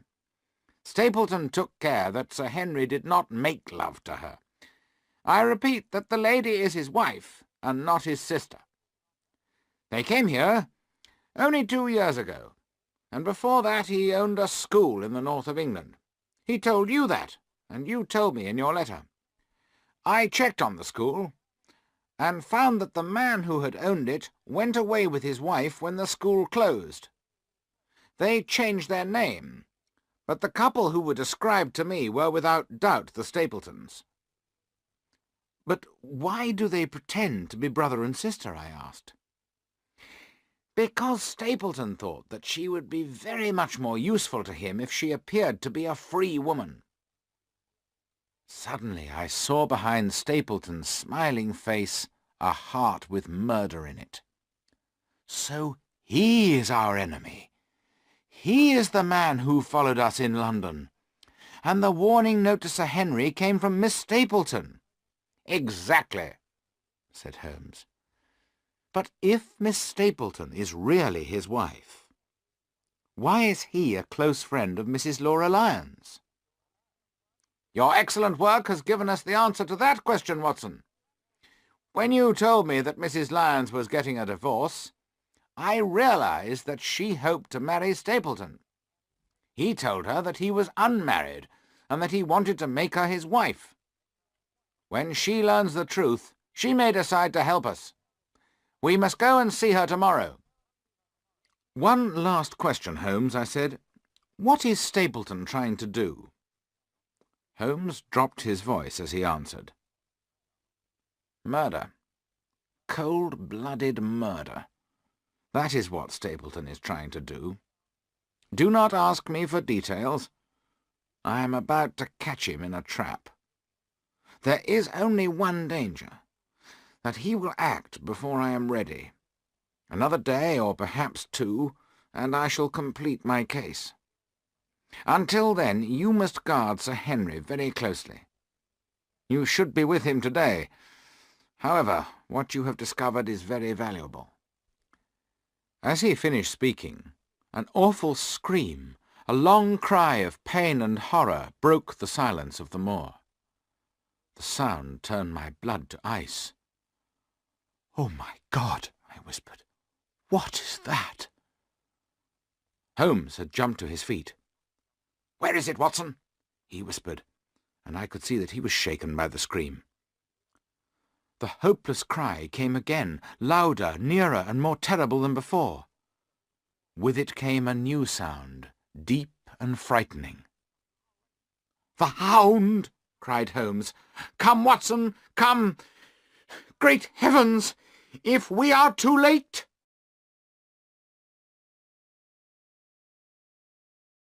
Chapter 14.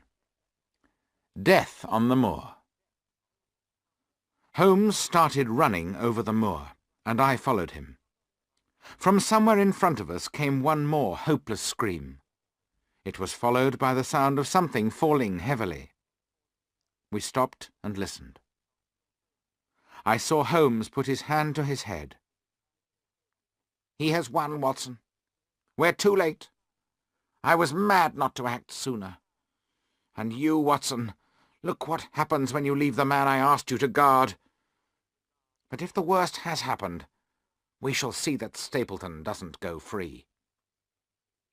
We ran through the dark towards the place where the cries had come from. We reached a rocky edge from which a steep side fell away. Below us we saw the body of a man. He was lying with his face down on the ground. He had fallen on his head, which was bent under him, and his neck was broken. Holmes lit a match. We saw with horror the blood running out onto the ground from his head. We both remembered clearly the suit the man was wearing. It was a thick red-brown country suit. It was the suit Sir Henry had been wearing on the morning when we first met him in Baker Street. We saw it for a moment, and then the match went out. Our hearts turned sick and cold inside us. "The devil! The murderer! I shall never forgive myself for leaving Sir Henry alone," I whispered angrily. "It's more my fault than yours," said Holmes. "I have let this good man die because I was busy with the last details of my case. It is the greatest mistake I have ever made. But why did he come out onto the moor? I told him it would lead to his death. Now both Sir Henry and his uncle have been murdered. By heavens, clever as he is, I shall trap Stapleton before another day is past." With heavy hearts we stood on either side of the broken body. Then Holmes bent over the body and began to move it. All of a sudden, he began to laugh and jump up and down. "Look at the face!" he shouted, hitting me on the back. "It is not Sir Henry. It's Selden, the escaped prisoner." We turned the body over. There was no doubt about it. I had seen the face before, on the night Sir Henry and I had chased Selden over the moor. Then I suddenly remembered, and everything became clear. Sir Henry had told me how he gave his old clothes to Barrymore.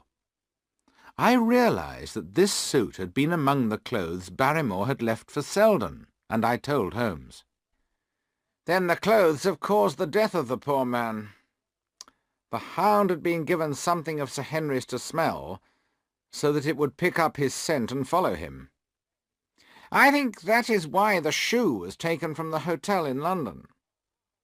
So the Hound followed the scent and hunted this man. But there is one thing I don't understand.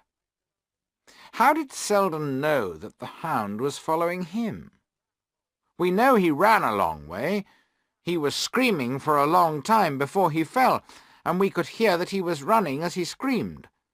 So the Hound was a long way behind him when he began to run. How could he see it in the dark? How did he know it was there until it was close behind him?" "I cannot answer that," I said. "But there is something else I don't understand. Why was the Hound out on the moor tonight? Stapleton would not let it go out unless he thought Sir Henry was there." "We may know the answer to that question very soon," said Holmes. "Here comes Stapleton." His sharp eyes had seen a figure moving in the darkness in front of us, and as the man came closer, I could see that it was indeed Stapleton. "We must be very careful not to show that we suspect him," Holmes warned me. Stapleton stopped when he saw us, and then walked forward again.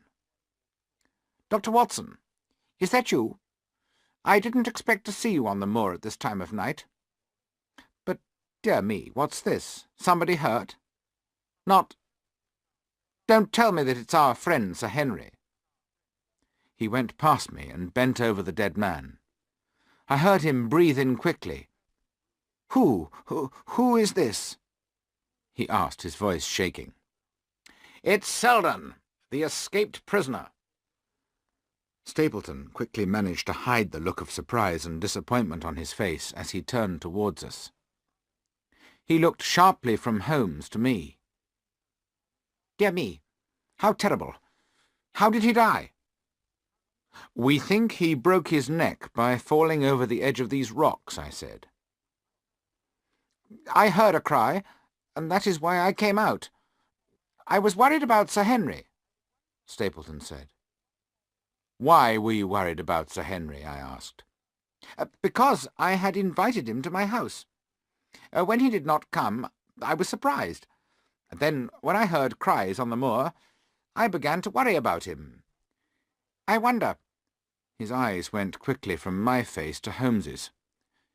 "Did you hear anything else at all?" "No," said Holmes. "Did you?" "No," said Stapleton. "What do you mean, then?" "Oh, you know, the stories about the supernatural Hound. I wondered if it had been here tonight." "We heard nothing of that kind," I said. "How do you think this poor man fell to his death?" Stapleton asked. "I think cold and hunger, and his fear that the police would catch him, drove him mad. He ran round the moor in his madness and fell over this edge," I said. "Do you agree, Mr. Sherlock Holmes?" asked Stapleton. "You're quick to guess who I am," said Holmes. "We've been expecting you ever since Dr. Watson arrived." "I have no doubt my friend is right about the way Selden died," said Holmes. "It's a sad death, but it will not prevent me from returning to London tomorrow." "Before you return, Will you be able to explain the mysteries that we've experienced here? I'm not always as successful as I hope. I need facts, not stories of the supernatural. This hasn't been a good case for me. Stapleton looked hard at him, but Holmes had spoken very seriously, and his words sounded true. We covered the body. Then Stapleton turned to go home, and Holmes and I walked towards Baskerville Hall. He's a very clever man, and a dangerous enemy who will be difficult to trap, said Holmes. Look how he controlled his disappointment when he found that the dead man was not Sir Henry. I'm sorry that he has seen you, I said. So am I. But there was nothing we could do about it. Now he knows I am here, he may be more careful, or he may act more quickly than he had planned. Why can't we give him to the police at once? Because we can't prove anything against him. Sir Charles was found dead because his heart failed. Again, tonight, we could not prove that there was a hound. Selden died from a fall. We have no case at present. We shall see Mrs. Lyons tomorrow, and she may help us. But whatever happens, I have my own plan. There will be some danger, but by the end of tomorrow, I hope to have won this battle.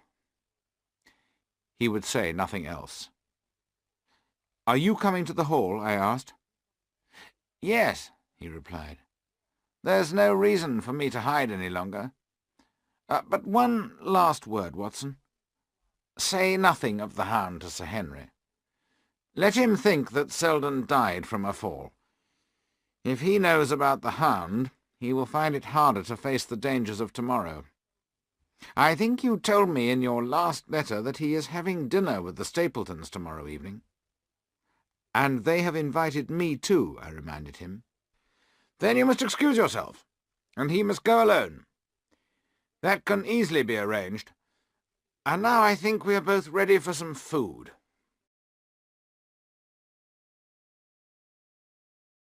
Chapter 15. The Trap. When we reached the hall, Sir Henry was very pleased to see Holmes. But he was surprised that Holmes had no luggage, and that he appeared so unexpectedly. I had the unhappy job of telling Barrymore and his wife about her brother's death. Mrs. Barrymore cried and was very sad indeed. During dinner, Sir Henry told us that he had spent a dull day and evening on his own. He had kept his promise to Holmes, and so he had not accepted the Stapletons' invitation to their house that evening. We did not tell him how glad we were that he had stayed away from the moor. Holmes started to say something, and then he stopped suddenly. His eyes were fixed on one of the pictures of the past Baskervilles on the wall. "Sir Henry, could you tell me which Baskerville that is?" he asked. Sir Henry and I both looked at the picture. "That is Sir Hugo, the one who started all the trouble," said Sir Henry. "He was the first to see the hound." Holmes looked hard at the picture, but said nothing more. Then, after Sir Henry had gone to his room, Holmes made me stand in front of the picture. "Is it like anyone you know?" he asked. He stood on a chair, and with his hands he covered the hat and hair of the man in the picture. "Good heavens!" I cried in surprise. I was looking at a picture of Stapleton's face.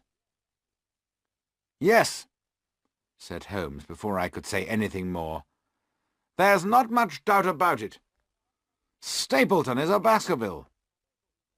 He looks like Sir Hugo, and he has the same evil character. Now I understand why he wants to kill Sir Henry. I am sure we shall find that he will inherit the Baskerville lands.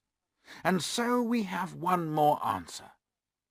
By tomorrow night Stapleton will be caught like one of his butterflies, and we shall add him to the Baker Street collection." We soon went to bed. I was up early in the morning, but Holmes was up earlier. He had already sent one message to the police about Selden, and another to his boy to stop him taking food to the hut. When Sir Henry joined us, Holmes told him that we had to leave for London immediately after breakfast. Sir Henry was very unhappy about this, but Holmes asked him to help us by doing everything Holmes ordered him to do. Sir Henry agreed to help in this way, and to go by himself to the Stapletons that evening. He also agreed to tell the Stapletons that Holmes and I had gone to London, but that we would return to Devonshire soon. "One more order," said Holmes. "I want you to drive to the Stapletons' house, and then send the driver away. Let the Stapletons know that you're going to walk home across the moor." "Across the moor?" said Sir Henry, very surprised. "But you have told me again and again not to do that." "This time it will be completely safe. I know that you are brave enough to do it, and it must be done." "Then I will do it." "But you must keep to the path between the Stapletons' house and the Grimpen Road, which is your natural way home. Do not leave the path and the road." I was very surprised by all this. Holmes had told Stapleton that he would return to London, but he had not said that I was going too, and I was very worried that neither of us would be with Sir Henry when he walked across the moor that night, but we had to obey Holmes's orders. Holmes and I left Baskerville Hall immediately after breakfast and went to the station at Newtown. A small boy was waiting on the platform. "Any orders, sir?" he asked Holmes. "You will take the train to London, my boy. When you get there, you will send a telegram to Sir Henry in my name. It will ask him to send to me at Baker Street the pocket-book I left at the Hall."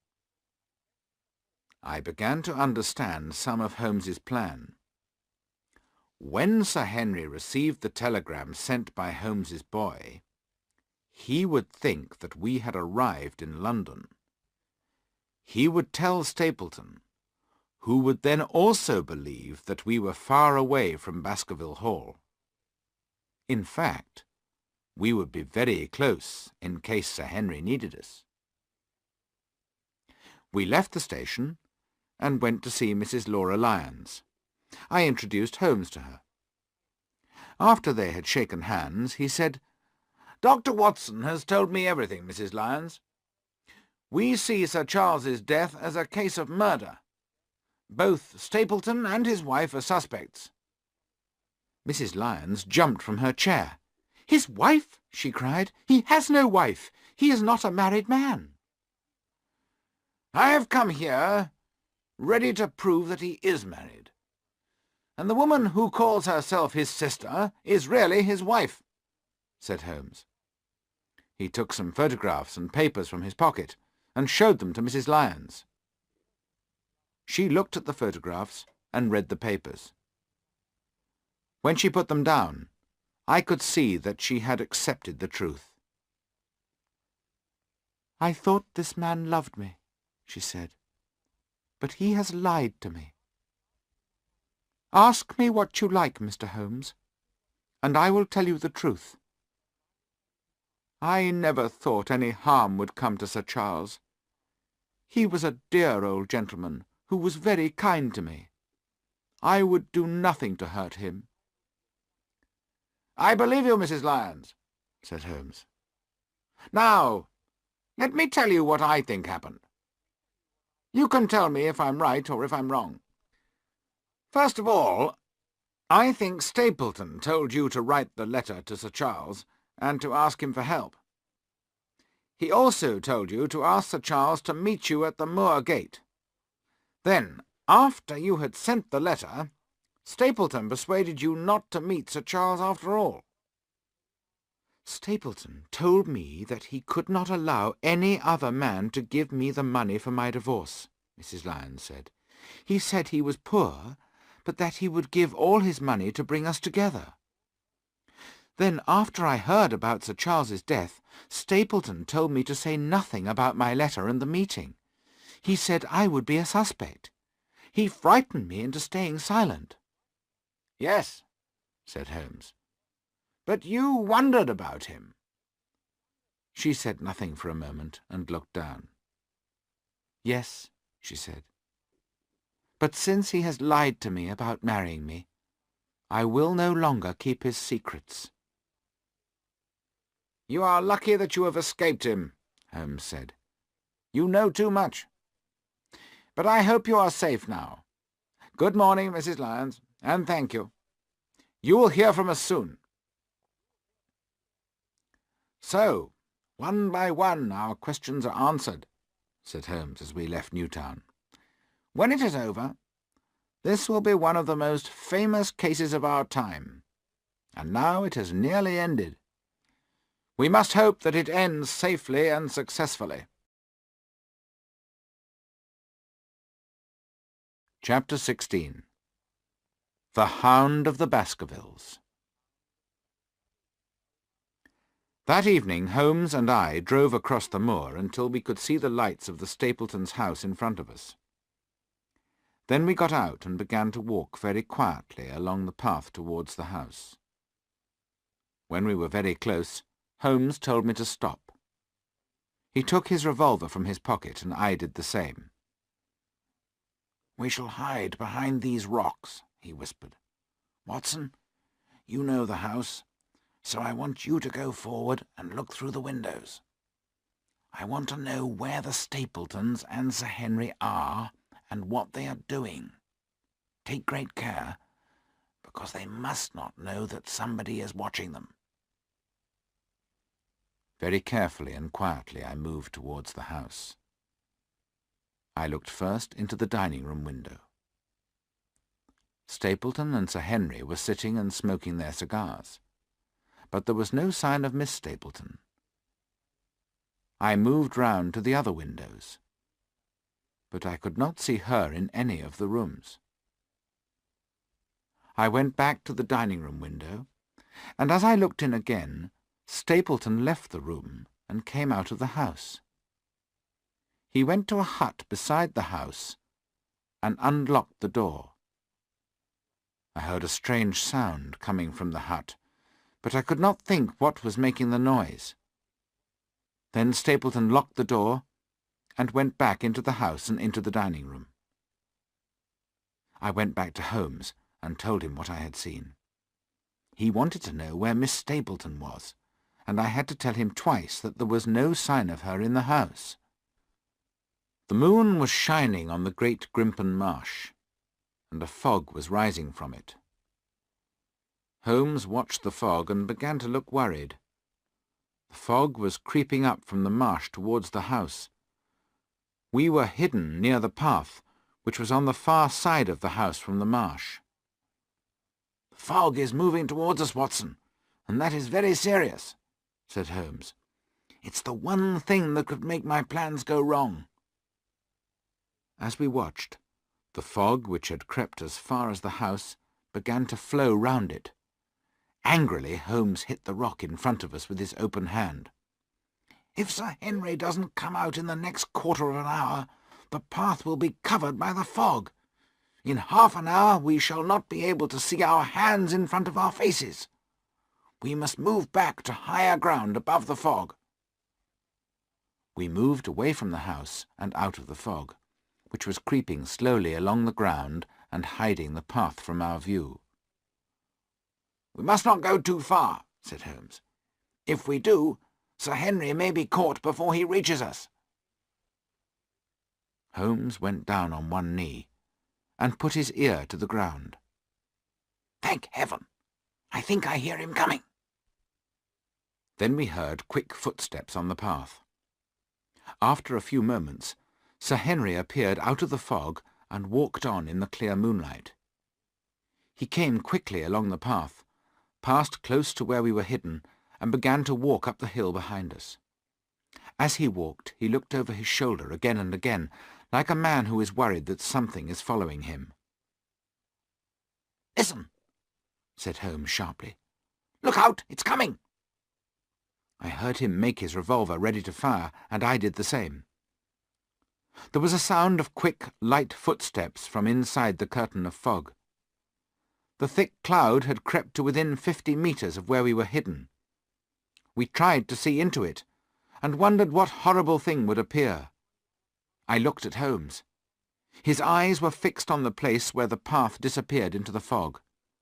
He was pale, but his eyes were bright. He looked like a man who was going to win the most important game of his life. Then suddenly his eyes nearly jumped out of his head, and his mouth opened in frightened surprise.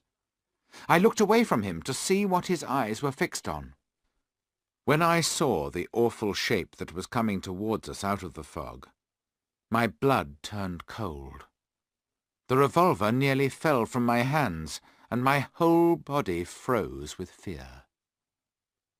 I saw a hound, an enormous black hound. It was bigger than any dog I had ever seen. But it was something else that filled us with terror. No human eye had ever seen a hound like this one. Fire came from its open mouth. Its eyes were burning. Flames covered its head and body. It was a more horrible sight than anyone could imagine. A hell-hound sent by the devil. It was not a creature of the natural world.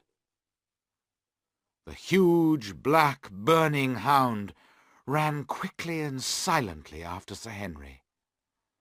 Far away along the path we saw him turn and look back at the hound. His face was white in the moonlight, and his hands were lifted in horror. He watched helplessly as the terrible creature got closer to him. We were so frozen by the ghostly and unnatural sight that we let the hound go past us, and we could not move. Our friend was near to death, and we were helpless with fear. Chapter 17. The Search for the Murderer. Then our fear for Sir Henry became greater than our terror. Holmes and I fired our revolvers together. The creature gave a loud cry of pain, and we knew we had hit it. But it did not stop, and ran on after Sir Henry. When we heard the cry of pain, our fears disappeared.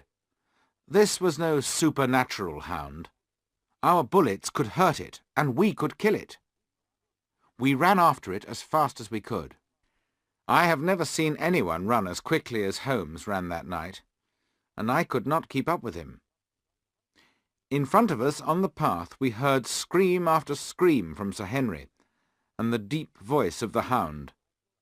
I saw the creature jump at Sir Henry and throw him to the ground. Its teeth went for his throat. But the next moment Holmes had emptied his revolver into the hound's body. It gave a last deep cry. Its teeth closed on the empty air, and it fell to the ground.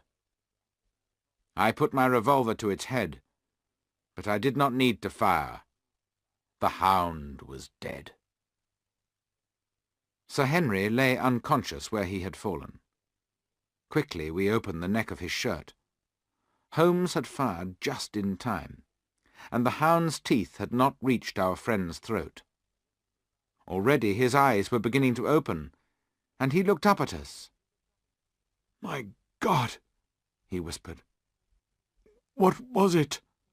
What in heaven's name was it?"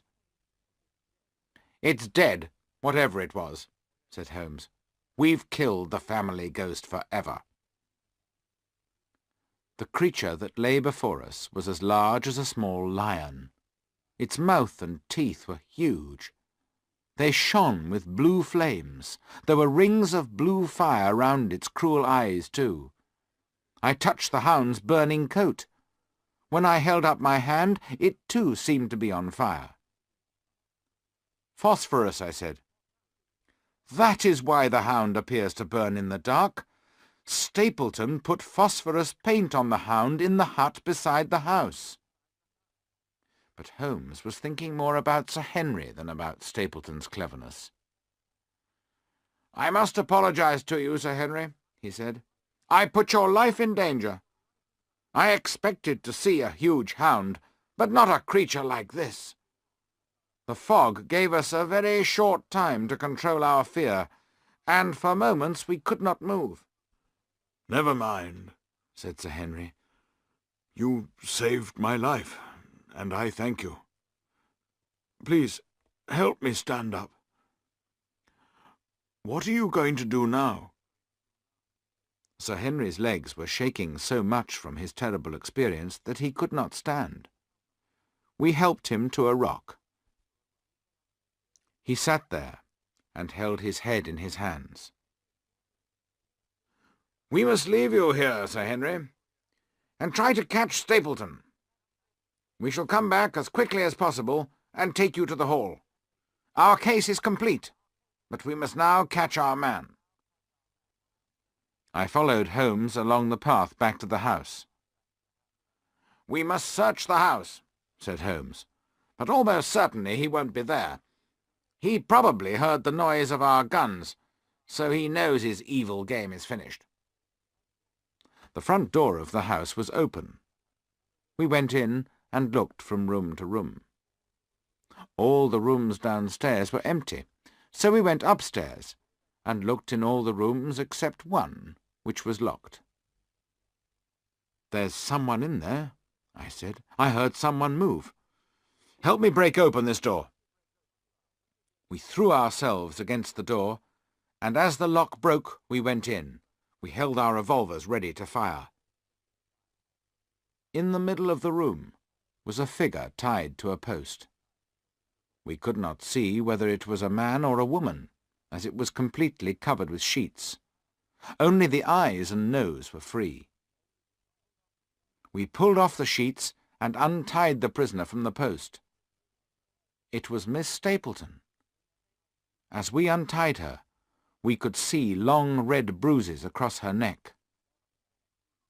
"That cruel devil Stapleton has beaten her," Holmes said. "Put her into a chair." Miss Stapleton had fainted from the beating and exhaustion. As we put her into the chair, she opened her eyes. "Is he safe?" she asked. "Has he escaped?" "He cannot escape us, Miss Stapleton," Holmes said. No, I don't mean my husband. I mean Sir Henry. Is he safe?" "Yes," I said, "and the Hound is dead." "Thank God," she said. "Thank God. Oh, the cruel devil! Look what he has done to me." She showed us her arms, and we saw with horror that her skin was black and blue where she had been beaten. "But he has hurt me more in other ways. While I thought he loved me, I accepted many things. But he doesn't love me. He has used me." "Then help us now," said Holmes. "Tell us where he is gone."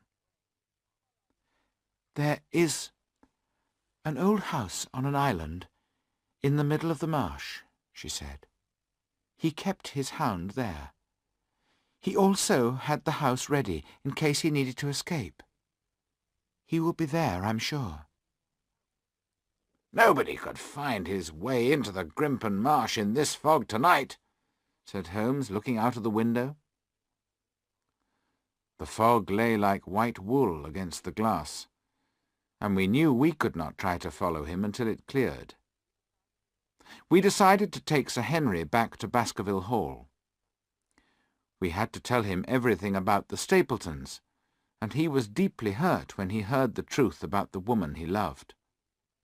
The news that she was married, and the awful fear he had experienced, brought on a fever. We sent for Dr. Mortimer, who came and sat with Sir Henry throughout the night. On the following morning, Miss Stapleton took us to the path through the marsh. The fog had lifted, and she showed us the sticks which she and her husband had put in to mark the way. We followed them through the marsh, which smelled of dying plants. The wet ground pulled at our feet as we walked. From time to time, one of us stepped from the path and sank up to his waist in the marsh. One man on his own could not hope to escape the pull of the marsh. Without help, he would sink to his death. But we did not find any sign of Stapleton. We searched and searched without success. There is no doubt that he lost his way in the fog and sank in the marsh. Somewhere deep down, his body lies to this day. We reached the island Miss Stapleton had described and searched the old house. "This place tells us nothing that we do not already know," said Holmes. "These bones show that he hid the hound here, but he could not keep it quiet, so people heard its cries. Here is the bottle of phosphorus paint. Stapleton used it very cleverly on the hound. After what we saw and felt last night, we cannot be surprised that Sir Charles died of fright. And now I understand how Selden knew that the hound was following him in the dark. It's not surprising the poor man screamed and ran as he did. The old story of the supernatural hound probably gave Stapleton the idea of using phosphorus. Very clever. I said it in London, and I say it again, Watson. We have never had a more dangerous enemy than the one who is lying out there." And he pointed to the great marsh that was all round us.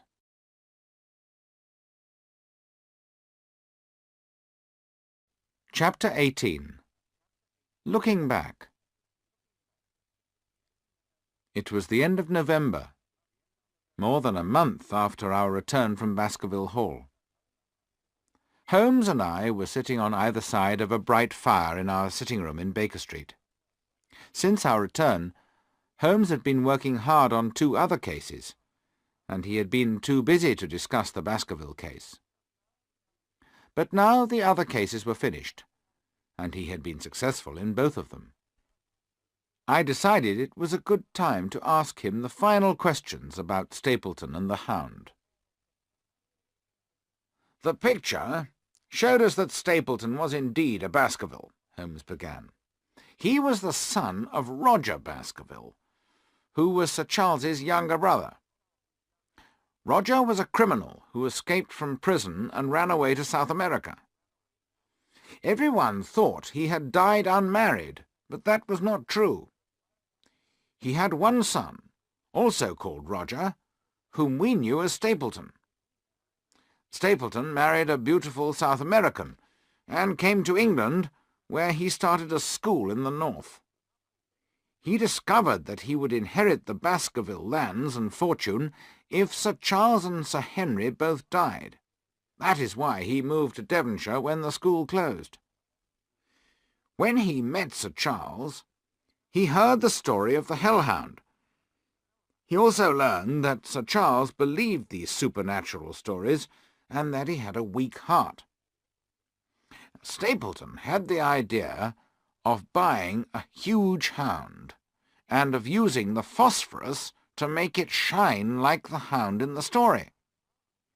I have found the place where he bought the animal.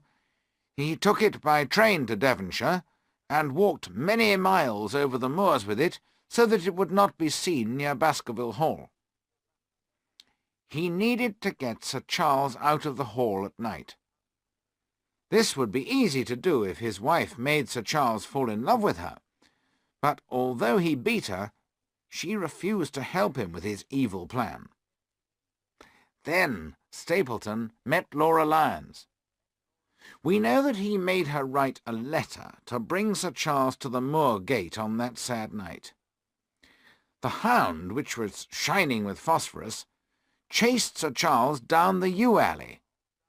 Sir Charles's terror was so great that his weak heart stopped and he died. But the animal did not touch the dead body. The hound had run on the grass, so it left no footprints, except the one found by Dr. Mortimer. You see how clever Stapleton was. Neither he nor the hound had touched Sir Charles, so there was no sign of murder.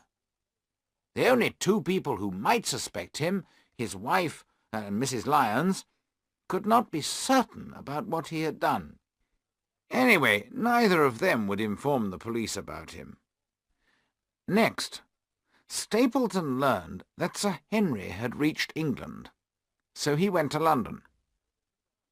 He hoped to murder Sir Henry there. He took his wife with him, but he wasn't sure that she would keep his secret, so he did not tell her the truth. He locked her up in their hotel. She knew that he had some evil plan, but she was too frightened to give Sir Henry a clear warning. Instead, she sent him the letter made of words cut from a newspaper. Meanwhile, Stapleton was wearing a false beard and following Sir Henry. He needed something to give the Hound Sir Henry's scent, so he paid a maid at Sir Henry's hotel to steal one of his shoes. The first one was a new one, and didn't have Sir Henry's scent on it. It was no use for the Hound, so he put it back, and another, older shoe was stolen. When the shoes were changed, I knew that the Hound must be a natural and not a supernatural creature. Next, there was the letter made of words cut from a newspaper. When I looked at it, I held it close to my eyes. I noticed a smell of perfume, so I guessed that a woman had sent the letter. By the time I went to Devonshire, I knew that there was a real Hound, and I knew we were looking for a man and a woman. I guessed that the Stapletons were the pair. I had to watch Stapleton, but I had to hide myself. As I have explained, I could not tell you what I was doing. I stayed in Newtown and used the hut on the moor only when necessary. Your letters were sent to me immediately from Baker Street and were very helpful. When you told me that Stapleton had owned a school in the north of England, I checked on him and where he had come from. I discovered he had come from South America, and then everything became clear. By the time you found me on the moor, I knew everything, but I could prove nothing. We had to catch the man doing something criminal, and so I had to put Sir Henry in danger. Dr. Mortimer tells me that Sir Henry will be completely better after some rest. As you know, the two of them have become good friends, and are going on a long holiday together. Sir Henry will take some time to forget Miss Stapleton. He loved her deeply, and it hurt him badly when he learned the truth about her. She was very frightened of her cruel husband, but she suspected that he was responsible for Sir Charles's death. She knew about the Hound, and when Selden died she guessed that the Hound had killed him. She knew her husband had the Hound at their house on the night Sir Henry came to dinner. They argued about the Hound that evening, and as they argued, Stapleton told her about Mrs. Lyons. Any love she had for her husband disappeared at that moment. He knew that she wanted to help Sir Henry, so he beat her and tied her up. He probably hoped that when he inherited the Baskerville lands, she would love him again. He certainly thought that she would keep silent if she became Lady Baskerville, but I think he was wrong. He had been too cruel to her. She could not forgive him or love him again, nor, I think, allow him to enjoy the results of his crime. Of course, he could not frighten Sir Henry in the same way as Sir Charles. Sir Henry was a young and healthy man, so he kept the Hound hungry. He knew that the animal would either kill Sir Henry, or would hurt him so badly that it would be easy to complete the murder. I had one last question for Holmes. But Stapleton was living so close to Baskerville Hall, and using a false name. It looked very strange. How would he explain that to the police, if after Sir Henry's death he then inherited the Baskerville lands and fortune? I don't know how he planned to explain the false name, and why he was living at Penn House, said Holmes. I can only say that he was a very clever man. I am sure he had thought of an answer to the problem. But that's enough work for the evening, Watson. I have 2 tickets for the theatre. If we get ready now, we shall have time to stop at my favourite restaurant for some dinner on the way.